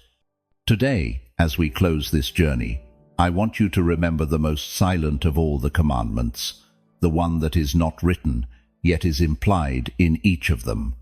The commandment that sustains all the others. Do not betray yourself again. Do not abandon yourself again. Do not become an enemy of your own mind again. Do not settle for less strength, less clarity, less power than you know you possess, because inside you is a greatness you have not yet fully used. And these commandments exist to remind you of it. You were not made to live in permanent confusion. You were not made to live as a slave to noise. You were not made to fear life. You were made to confront it, to walk through it with your head held high, to stand firm even on the days when everything seems to collapse. That is virtue. That is fortitude. That is wisdom. And now, before we finish, listen to this carefully, because it must remain etched like fire on stone. The Stoic commandments have no value unless you apply them today. Not tomorrow, not next week, today. In that conversation you've been avoiding, in that boundary you need to set, in that habit you know is destroying you, in that discipline you've been postponing, in that thought that makes you small, in that silence that scares you, in that decision you know is yours, even if your soul trembles. The Stoic does not wait for courage to act. He acts, and courage appears. The Stoic does not wait for clarity to decide. He decides, and clarity emerges. The Stoic does not avoid chaos. He walks through it with a firm mind and a serene spirit. And if something inside you moved with these words, if you felt that internal shiver that appears when you hear something your soul recognizes as true, do not ignore that impulse. Follow it. Because it is the most honest sign that you are ready to live differently, to think differently, to feel differently. No one can walk this path for you. No one can carry your mind, your wounds, your decisions, your transformation. That work is yours. But here, in this space, you are not alone. This podcast exists to remind you who you can become when you choose to walk with awareness, with discipline, and with character. Here we are, a community that does not run from pain, we walk through it. A community that does not make excuses, it takes responsibility. A community that does not get lost in external noise, it always returns to its center. A community formed by those who, like you, decided to stop living asleep. So listen to this as an ending, but also as a beginning. The 12 commandments do not end here. They begin when you close this audio. They begin when you open your eyes tomorrow. They begin when you face something that makes you doubt. They begin when someone provokes you, when something disappoints you, when a fear paralyzes you. They begin when you have the choice to act as you always have, or to act as someone new. And in that moment, when you are there, you will remember these words. And you will remember that you have a choice. And you will remember that you have power. And you will remember that life always aligns itself when you align yourself within. So leave this place with your head held high, not because you are perfect, but because you are awake. And an awakened human being is more dangerous than any adversity, stronger than any obstacle, freer than any circumstance. Live these commandments not as external rules, but as an internal pact with yourself. A silent, firm, unbreakable pact. I will be the owner of my life. Your voice matters here more than you think. Every insight you share strengthens and elevates this community, because this isn't just another space. It's a circle of people who choose to live with intention, with discipline, and with character. Each of you leaves a mark, and the reflection that receives the most support will be pinned as a banner of who we are. Not as decoration, but as a reminder of the kind of warrior who chooses to think, feel, and act with stoic clarity. Because this is a community that doesn't run from pain, it walks through it with courage. A community that doesn't look for cheap comfort, it seeks wisdom. A community that doesn't break under adversity, it turns it into strength. And if you've made it this far, it's because something inside you is already shifting. Something is waking up. Something is asking for more. So, before you leave, check the description. There you'll find the paths we created to help you keep strengthening your mind. They're not there by accident. Each one exists to help you go deeper, build inner resilience, and return again and again to that place within you where nothing and no one can take your peace. Subscribing isn't doing the podcast a favor. It's an act of respect toward yourself. It's choosing not to live on autopilot anymore.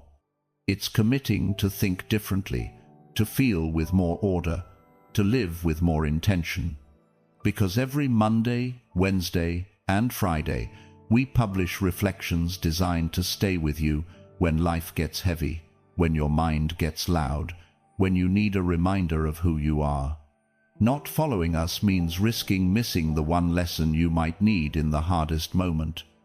And if you choose to go a step further, if you choose to become a member, understand one thing clearly. You're not donating, you're sustaining a mission. Because of you, this flame stays alive. Because of you, we can keep spreading Stoicism as a refuge for millions who are fighting not to give up. Your support is what keeps this podcast alive, strong, and growing. You're not a spectator, you're part of the foundation holding this community together. I'll see you in our next Stoicism for Winners session, where we'll keep exploring the depth of Stoic wisdom applied to everyday life. In the meantime, dive into the recommended sessions in the description and continue your path. And until we cross paths again, don't forget this. You are the master of your perception, the guardian of your peace, and the warrior of your own battle. That is the legacy of Stoicism. That is the art of becoming invincible.